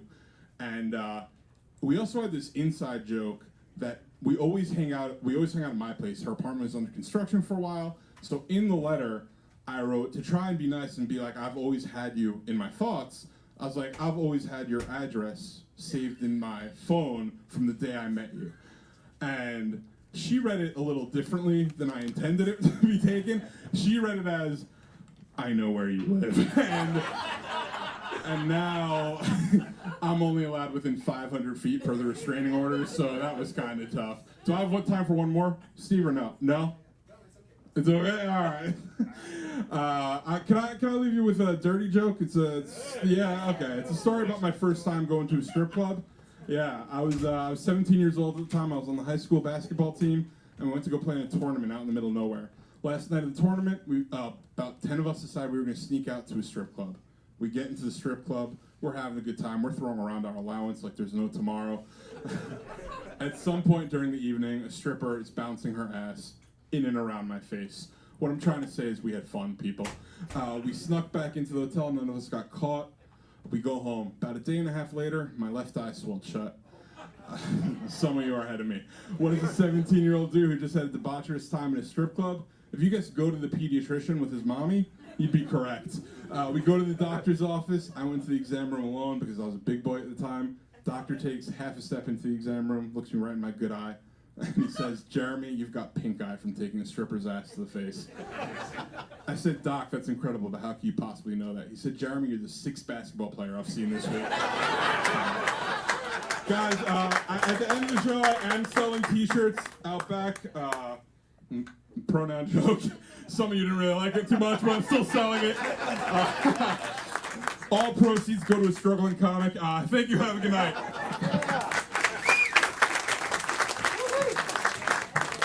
That's Jeremy Smerling, everybody. All right. Your next comic. I am so excited to bring her up. She was actually in my wedding. How cool is that? How awesome is that? So awesome. She performs all over the place. Helium, Punchline. Give it up. Make some noise for Emily Epstein White. Hi, everybody. How are we doing emotionally? Are we good? Are we awake? Let me hear anything. Are we okay? Okay, fantastic. I am so glad to be here. I love how Jeremy got pink eye. I got it from a 6-year-old, and who happened to be my son. And the way I tried to make it sound not so bad, and people were like, oh, pink eye, and I was like, oh, don't worry, it wasn't for my butt. So his situation was much better. And I love that John Kensil had to specify that it was a German Shepherd dog. Did anybody else notice that? I would have liked it much more if it was a German Shepherd. Just a man from Germany shepherding whatever happens in Kensington. Come on, drugs, let's go. You know, I think that would work so much better. In case you didn't catch my name, it is actually Emily Epstein White. I come by all of it honestly. My parents named me Emily. Because they didn't care about me turning around in a crowded room. I had the most popular name for like the last 100 years. Is anybody here named Emily by any chance? No. Does anybody here know an Emily? No one applauded. You're like, she's a bitch. I understand. We give off some heavy energy. So yeah, and actually my name was so popular for like 100 years that the New York Times wrote an article about my name because it was a slow news day. And do you know what they called my name? They called it, and I quote, heroically ordinary. Screw you, New York Times. So that is my first name. My last name is Epstein, which is like Smith for Jewish people, okay? And no one ever knows how to say it right. They're always like Epstein, Epstein. Then something else happened that was also covered in the New York Times. And now people are like, hey, how do I say your name? And I'm like the opposite of Jeffrey. And people are like, got it! So something good came out of that island. Too soon, too late, pronouns are too... I don't know what you guys want. I don't know what you want.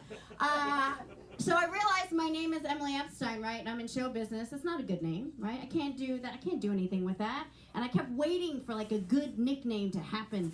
And then people would be like, oh, how should I bring you up? And I'd be like, just call me Tsunami. You know what I mean? But I don't have a tsunami face, right? So I'm like, what do I do? I'm like, I know. I'll get married. So I married this dude. It was consensual. And show business marriage, you know, except his last name is White. But what is super fun about my husband is he is black. Yeah, you're very quiet. It's like my family's here. My family is here. Okay. I knew I saw some familiar faces. It's fine. But I'm like, hey, since it's like a showbiz marriage, can I like go by Caucasian? And he's like, no, bitch, that's not how it works. So what I'm saying is I will keep getting married until you can Google me, okay? That is, as God is my witness, that is what I will do. I don't know how you guys feel about this current administration. A lot of mixed feelings, I understand that. But I do feel, yeah, I do, good, I'm glad. I don't know, Delco, it can get dicey. But I know people are not a big fan of Elon Musk, right? Not a big fan of that guy, right? No, and it's like, it's so bad that like you go to Wawa and you just hear random people being like, fuck Elon! And it's been wonderful for me because my husband's name is also Elon. So now I go and they're like, fuck Elon! I'm like, I know he didn't take out the trash, that motherfucker! And it's really made the news so much fun for me because what I do now every week, I have a little chart on my refrigerator. On one side is Elon, my husband, and the other side is Elon Musk, and I decide who I'm more angry at, right? So I'm like, on one side, I'm like, didn't take out the trash. I'm like, the other side, I'm like, fired 70,000 people. Other side, I'm like, not only did he not fold the laundry, he didn't get it in the laundry basket, and then the other, I'm like, starting a war with China. I'm like, my husband, I definitely hate my husband more. That is how I feel. Oh, I'm winded. That was a lot, you guys. Thank you. It is now several months into this year. I don't care. I'm still trying to keep my New Year's resolutions, okay? One of them that I have is just not to care so goddamn much. That is my, thank you. And I feel so strongly about it, I wanna crochet it on a goddamn pillow. My second New Year's resolution is to learn how to crochet on a goddamn pillow, okay? But I'm trying to figure out, like, how do I stop caring so much? And I think the key is just to keep getting freaking older, right? Like, the older you get, you're just like, whatever, it is what it is. Like, I have this 94-year-old great aunt, and I love her to death because she does not give a fuck. She just says what she wants, and she leaves, right? So at Thanksgiving, I was standing with my cousin, and she looks at my cousin, and she goes, "Oh, Miriam, you're so beautiful." And my cousin's like, "Oh, thanks." And then she looks at me, and she goes, "Emily, you're funny." And then she just walked away. What does that mean? I don't know. I don't even know if she knows I do stand-up. I don't think it matters. My last resolution is to say yes, even when it scares me, right? And I was tested the second day of this year. I got an email to be booked to do a naked comedy show. I know, that was my feeling too. I was like, whoa. But my second feeling was like, hell no. But I was like, no, lean in, say yes, right? So I'm like, all right, at least I can just like list the pros and the cons. So the cons were my husband, the guy from the last couple of jokes, was like, hey, I don't tell you what to do, but could you not do, please don't do it. Please don't do it. Don't do it. And I was like, fuck you, Elon. And then my daughter, who's 8, God bless her, was like, hey, mommy, I'm just wondering, like, are they paying you enough to do the show? And I was like, I'm really glad that you asked that, because they're actually not paying me enough money to do the show with my clothes on. So I have raised you right. But I was like, you know what, if I did do the show, like, coming out naked, like, you've just written your set, right? Like, you got jokes ready to go. Like, you can come out and be like, as you can tell from looking at me, I am cold in here. You know? Or like, in my nightmares, you were also naked because the audience is not naked, you guys. That is just wrong. I'm sorry, I'm very upset about that. And then I could do my big closer, hey, do these socks make my boobs look big? You know what I mean? So that would be fun. You guys, I'm out of time. Thank you so much for having me. Keep it going. We're seeing Leventhal! Emily Epstein, let everyone let her hear it. We are at the time of the night for a headliner. Are we ready? Yeah. Are we excited? Yeah. Can we do a wave? Real fast. Don't get up from your seat. We're going to start from the back. On the count of 3, we're going to do the wave. Don't get up. Just move your hands. I don't want any injuries. I don't want lawsuits. 1, 2, 3. Cry out loud one more time. The wave. Much better than that. 1, 2, 3. All right. That's as good as we're going to get. Are you guys ready for your headliner? That was horrific. That was horrific, all right? You guys are acting like you've seen 74 comics already, all right? Make some noise. Give it up, guys. Your headliner, you've seen him on Comedy Central. Give it up, the legendary Wid.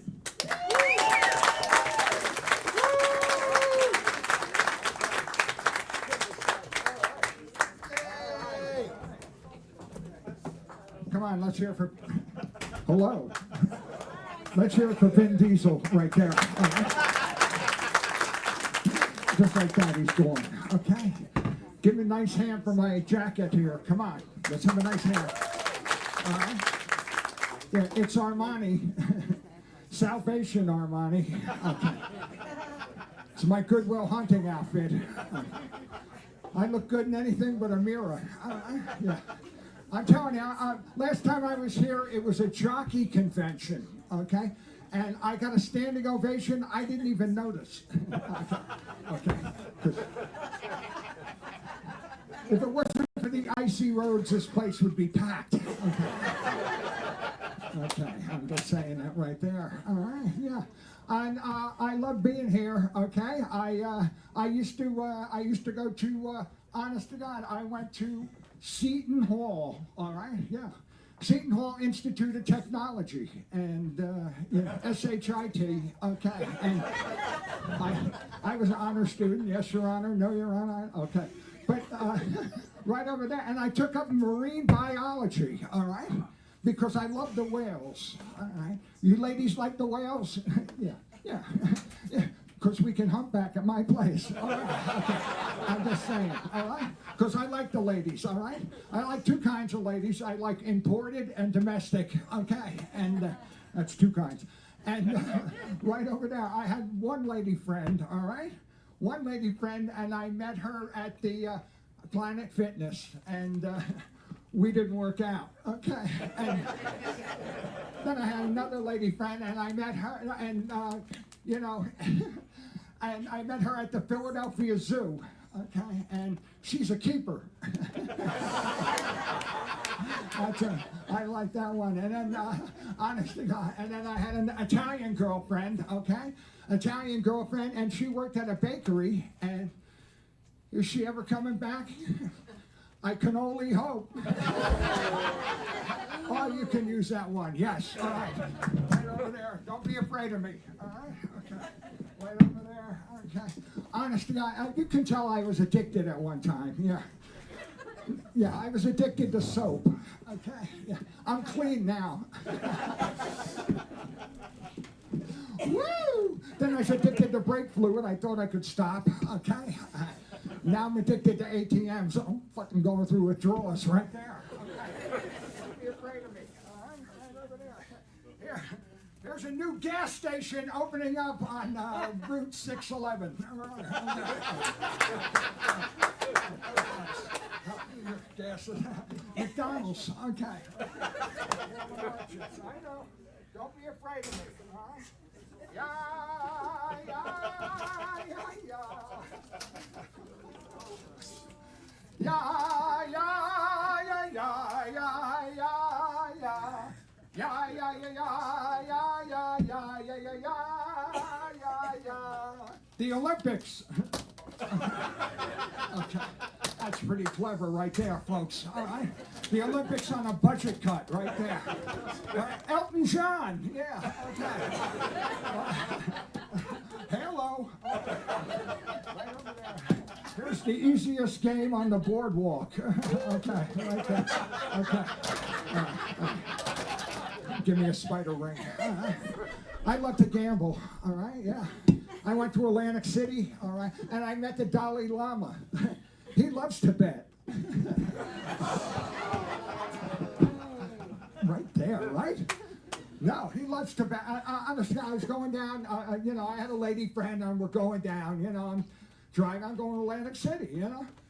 And, you know, she's sitting next to me, and I'm sitting next to her, and we're driving down, and she puts her hand on my knee. So I'm driving, and you know, I'm going to Atlantic City. I put my hand on her knee. Yeah. Then I go a little bit, you know, and she puts her hand on my thigh. And, you know, so I'm driving to Atlantic City. I put my hand on her thigh. So she looks at me and she goes, "You can go a little further." So I took her to Wildwood.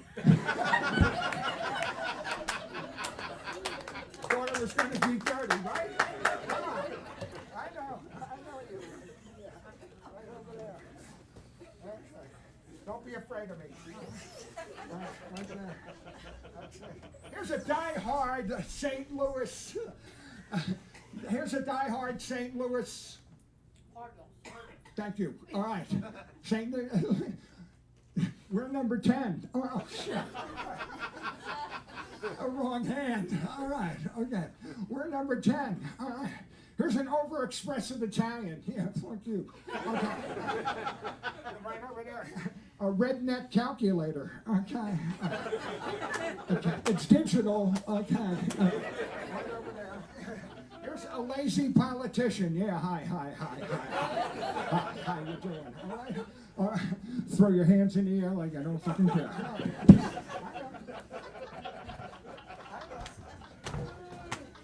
Watch out for that. No, I'm not like that, all right?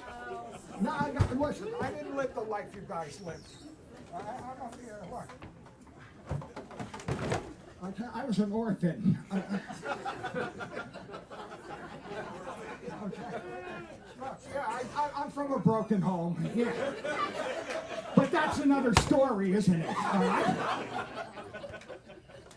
9 of us, all right? 9 of us, we all lived in a row home. Okay. Not an ore house. All right, oh yeah, laugh, all right? What do you think this is? What do you think? What do you think this? What do you think this is, a big game? Ladies, right hand on yellow.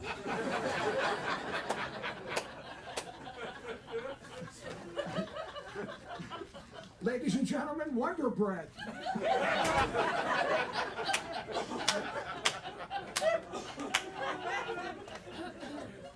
My favorite scene from The Wizard of Oz. Come out, wherever you are.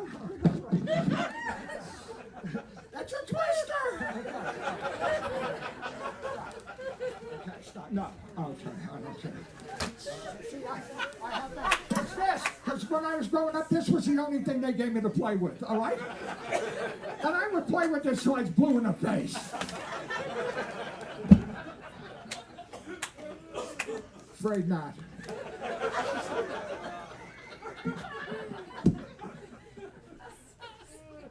No, I'm just like everybody else. No, I'm up here. I'm feeling the crunch. Okay. No, don't look. What's the difference between the New York Jets and Captain Crunch? Captain Crunch belongs in a bowl. Come on, wake up, Hackleberg. All right, I don't know what the hell you want. All right, you want me to stand up here, what? In fishnets and a thong? Yeah, I'll do it. All right, I might catch something. Don't be afraid of me. No, okay. No, don't sit there. Okay. That's it. Yeah. Oh, yes, I know. Is it there? No, I can't find it. Oh, shit. Okay. Where'd the cow go? Over there. Oh, right there. Okay, sorry.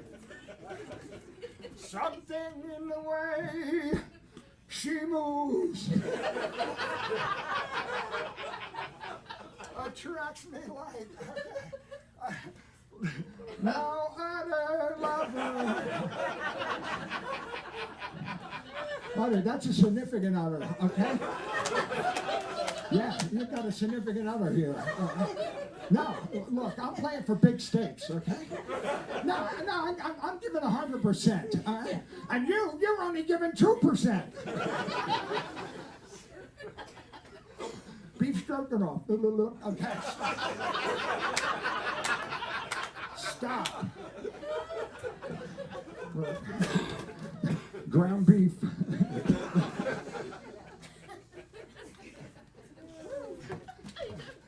Is it hot in here? Is it hot? Yes. Yeah, I'm baking. The stock exchange.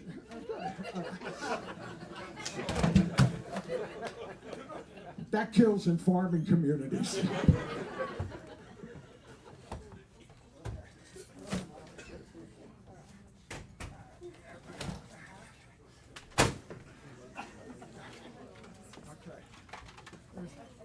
King Charles in Iowa.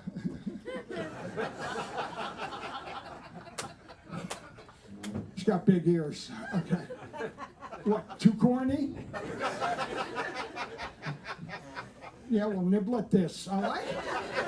Because I'm the frickin' colonel here, all right? And I don't take this crap. Shucks.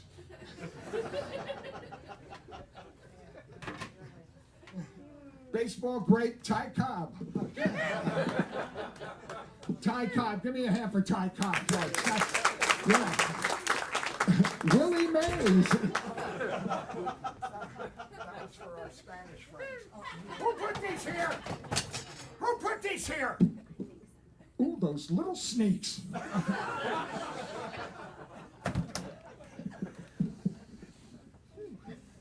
I'm going to talk to a couple people, okay? Because I can. How about this guy? Let's have a nice hand for Greg Allman. All right? Okay. Greg Allman, let him see you. I love your work with your brothers. All right? It's a wonderful thing. And hi, sir, what's your name? I know it isn't Greg Allman. Harold. Harold, okay.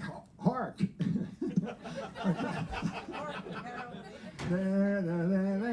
Okay. It's Christmas. Oh, well, it was Christmas. Okay, go filter. And how many South Americans does it take to screw in a light bulb? A Brazilian.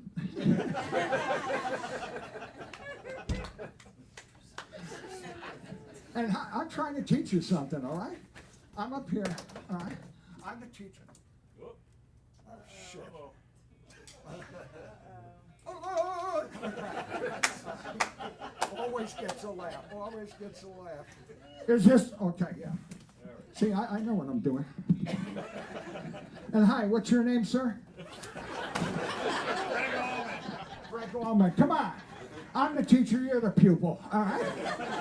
Come on, look, the most important thing in comedy, all right, look, right over there.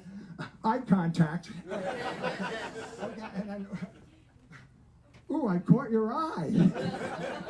But in hindsight, I'm not cockeyed. I know that's terrible to say. I'm no angel. All right, okay. That's a Greg Allman story. Okay. Because I'm up here, I'm fucking racking my brain, all right? And you want to play with me? You know what? You got no balls whatsoever, all right? That's dirty pool, all right?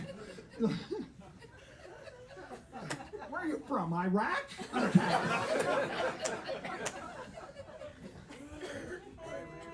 Iran, thank you, all right? You're a good pupil, all right? No matter what happens, look, I will never betray you. Betray you, okay? Right over there, yeah, like that. Me and you outside, we smoked a doobie, okay? Yeah, look, I'm catching a buzz. No, believe me, okay. That don't cut it. All right. Now we'll get, how about this gentleman here in the glasses, all right? Come on, let's have a nice hand for putting this together, all right? Right over there. And, hi, what do they call you these days, okay? I don't know if you had a gender trend, look. Short Mark. Mark. Mark, look, a dog with a hair lip. Mark, okay. I'm sorry, Mark, that's an old joke, okay? I hope there's no marks against me. And what's that there? There's a mark. Look, here's your brain when you're not on drugs. Okay. Look, I can't do it. Look, I have no skill at all, okay? Yeah, right over there. I can't play piano like Chopin. Handel, Haydn, Peter Pan. Look, unidentified flying object. Okay. Oh, well, I got the here. A pool shark. And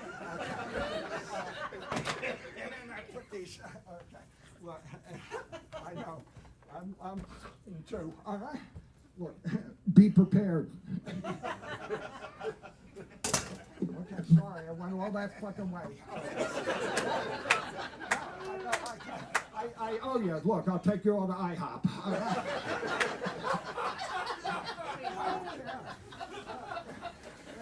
There's the sheriff of Ocean City.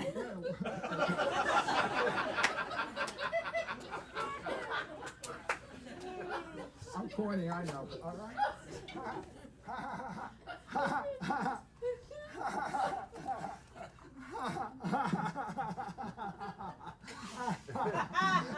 Your mother. Stop it. And Mark, what do you do, Mark? I sit in a wheelchair. I'm retired.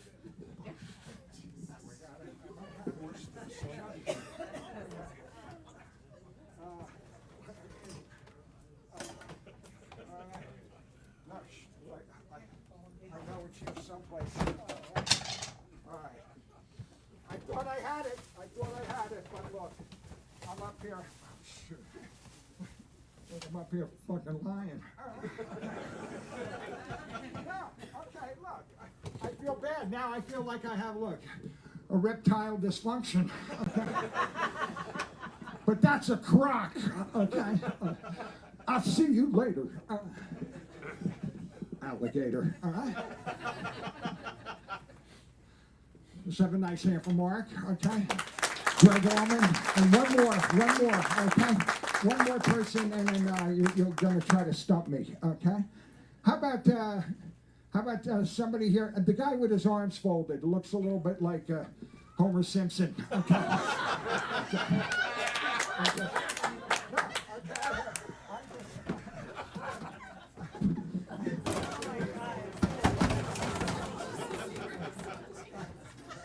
Look, right there.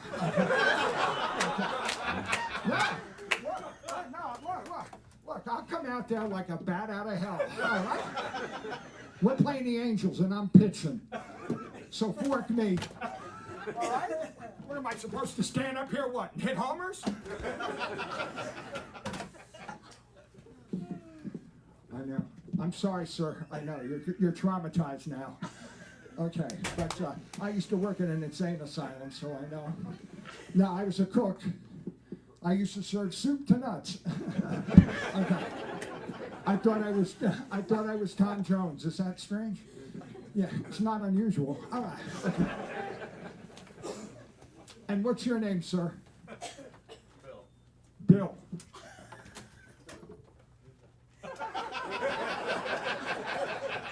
Folks, come on.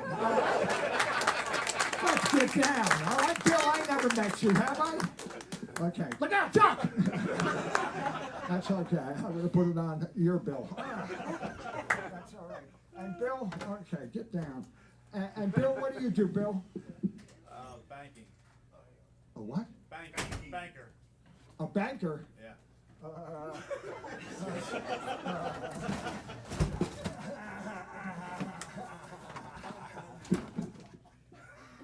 Piggy banker.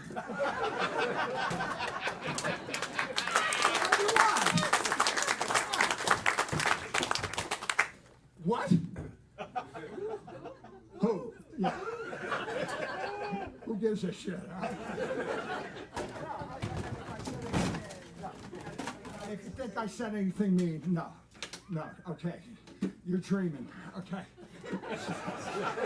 Somebody pull a little over your eyes, all right? Busted my lamb chops, all right? No, shut up, shut up, shut up, shut up! Silence of the lambs. Any guy from West Virginia on a double date? I don't know who I like better. I don't know who I like better, you or you?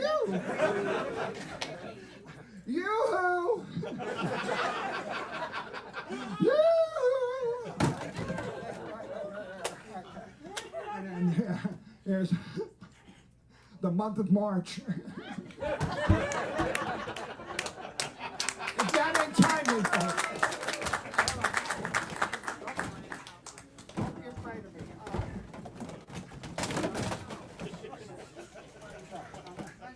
I'm not gonna come over there, look, and jump your bones, okay? No, I would be charged, Mark, okay? And that would be battery, okay?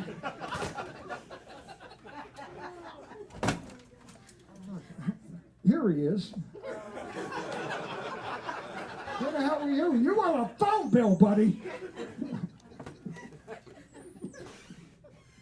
What's your favorite old movie? I'll have it up here, okay?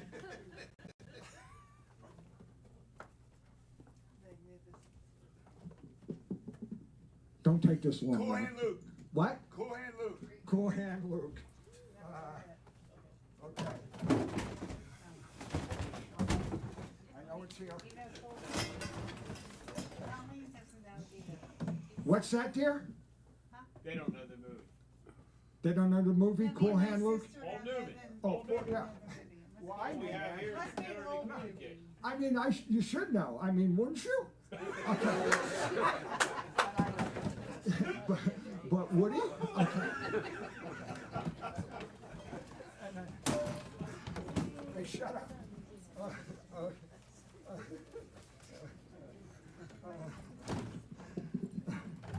What?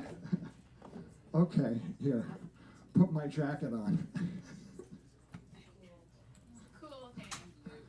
Cool hand, right there. Come on. If I had ice cubes up here, okay? That's how I get my rocks off. Okay. Okay. Look. Caught red-handed. That's, here's a device I invented. This is so Chris Christie can tie his shoes. Okay.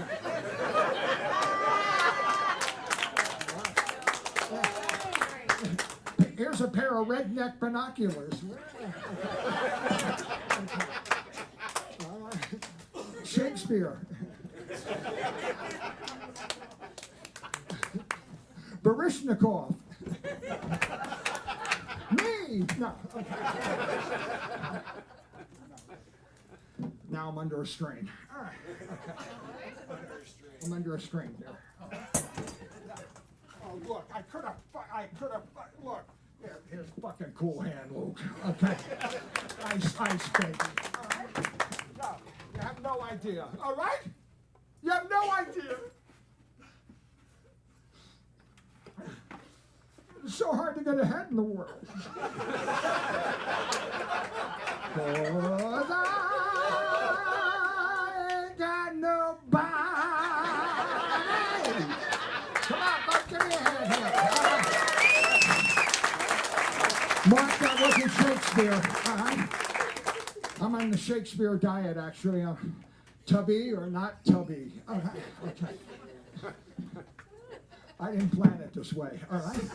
But, hey, you all had a very nice latitude, all right? And I didn't, in the audience, I didn't detect any Hades, okay? So, thank you guys, and let's have a hand for all the guys who scored tonight. Come on! Parrot for Mark. Mark, I forgot. Did Mark give me his favorite movie? Did you give me your favorite movie, Mark? Casablanca. Casablanca. Shut up. Okay. I know it has. Okay. All right. I know. Here. Okay.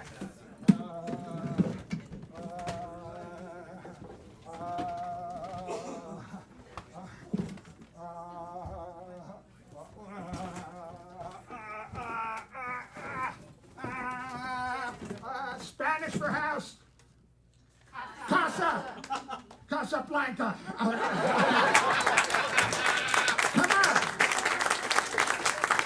All right. Hey, you know what? My message up here is recycling, okay? And it's the truth. I work the antique store and the flea markets and the things like that. But, all this stuff was saved from the landfill, okay? It might be in it tomorrow, okay? But right here, and I want to just press that as my message to remember to recycle, and let's put some energy into that. Thank you guys very much.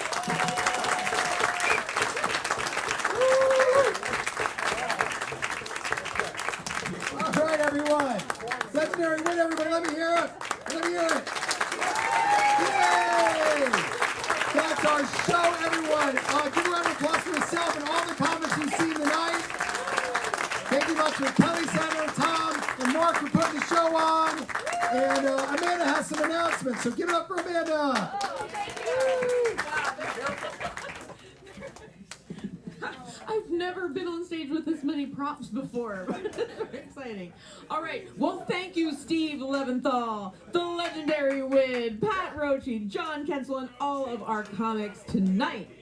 Thank you, executive producer and king of Kelly Center comedy, Mark Lipsky. Yeah, very fun night. To support the Kelly Center, we have cash jars, Venmo, PayPal, credit card, QR codes hanging around the room, or you can go to kellycenter.org and click contribute. Thank you to tonight's student AV techs, May and Taylor, and trainee Leo. Yeah, they did a great job with sound. And also our assistant show manager, Katie, at the door.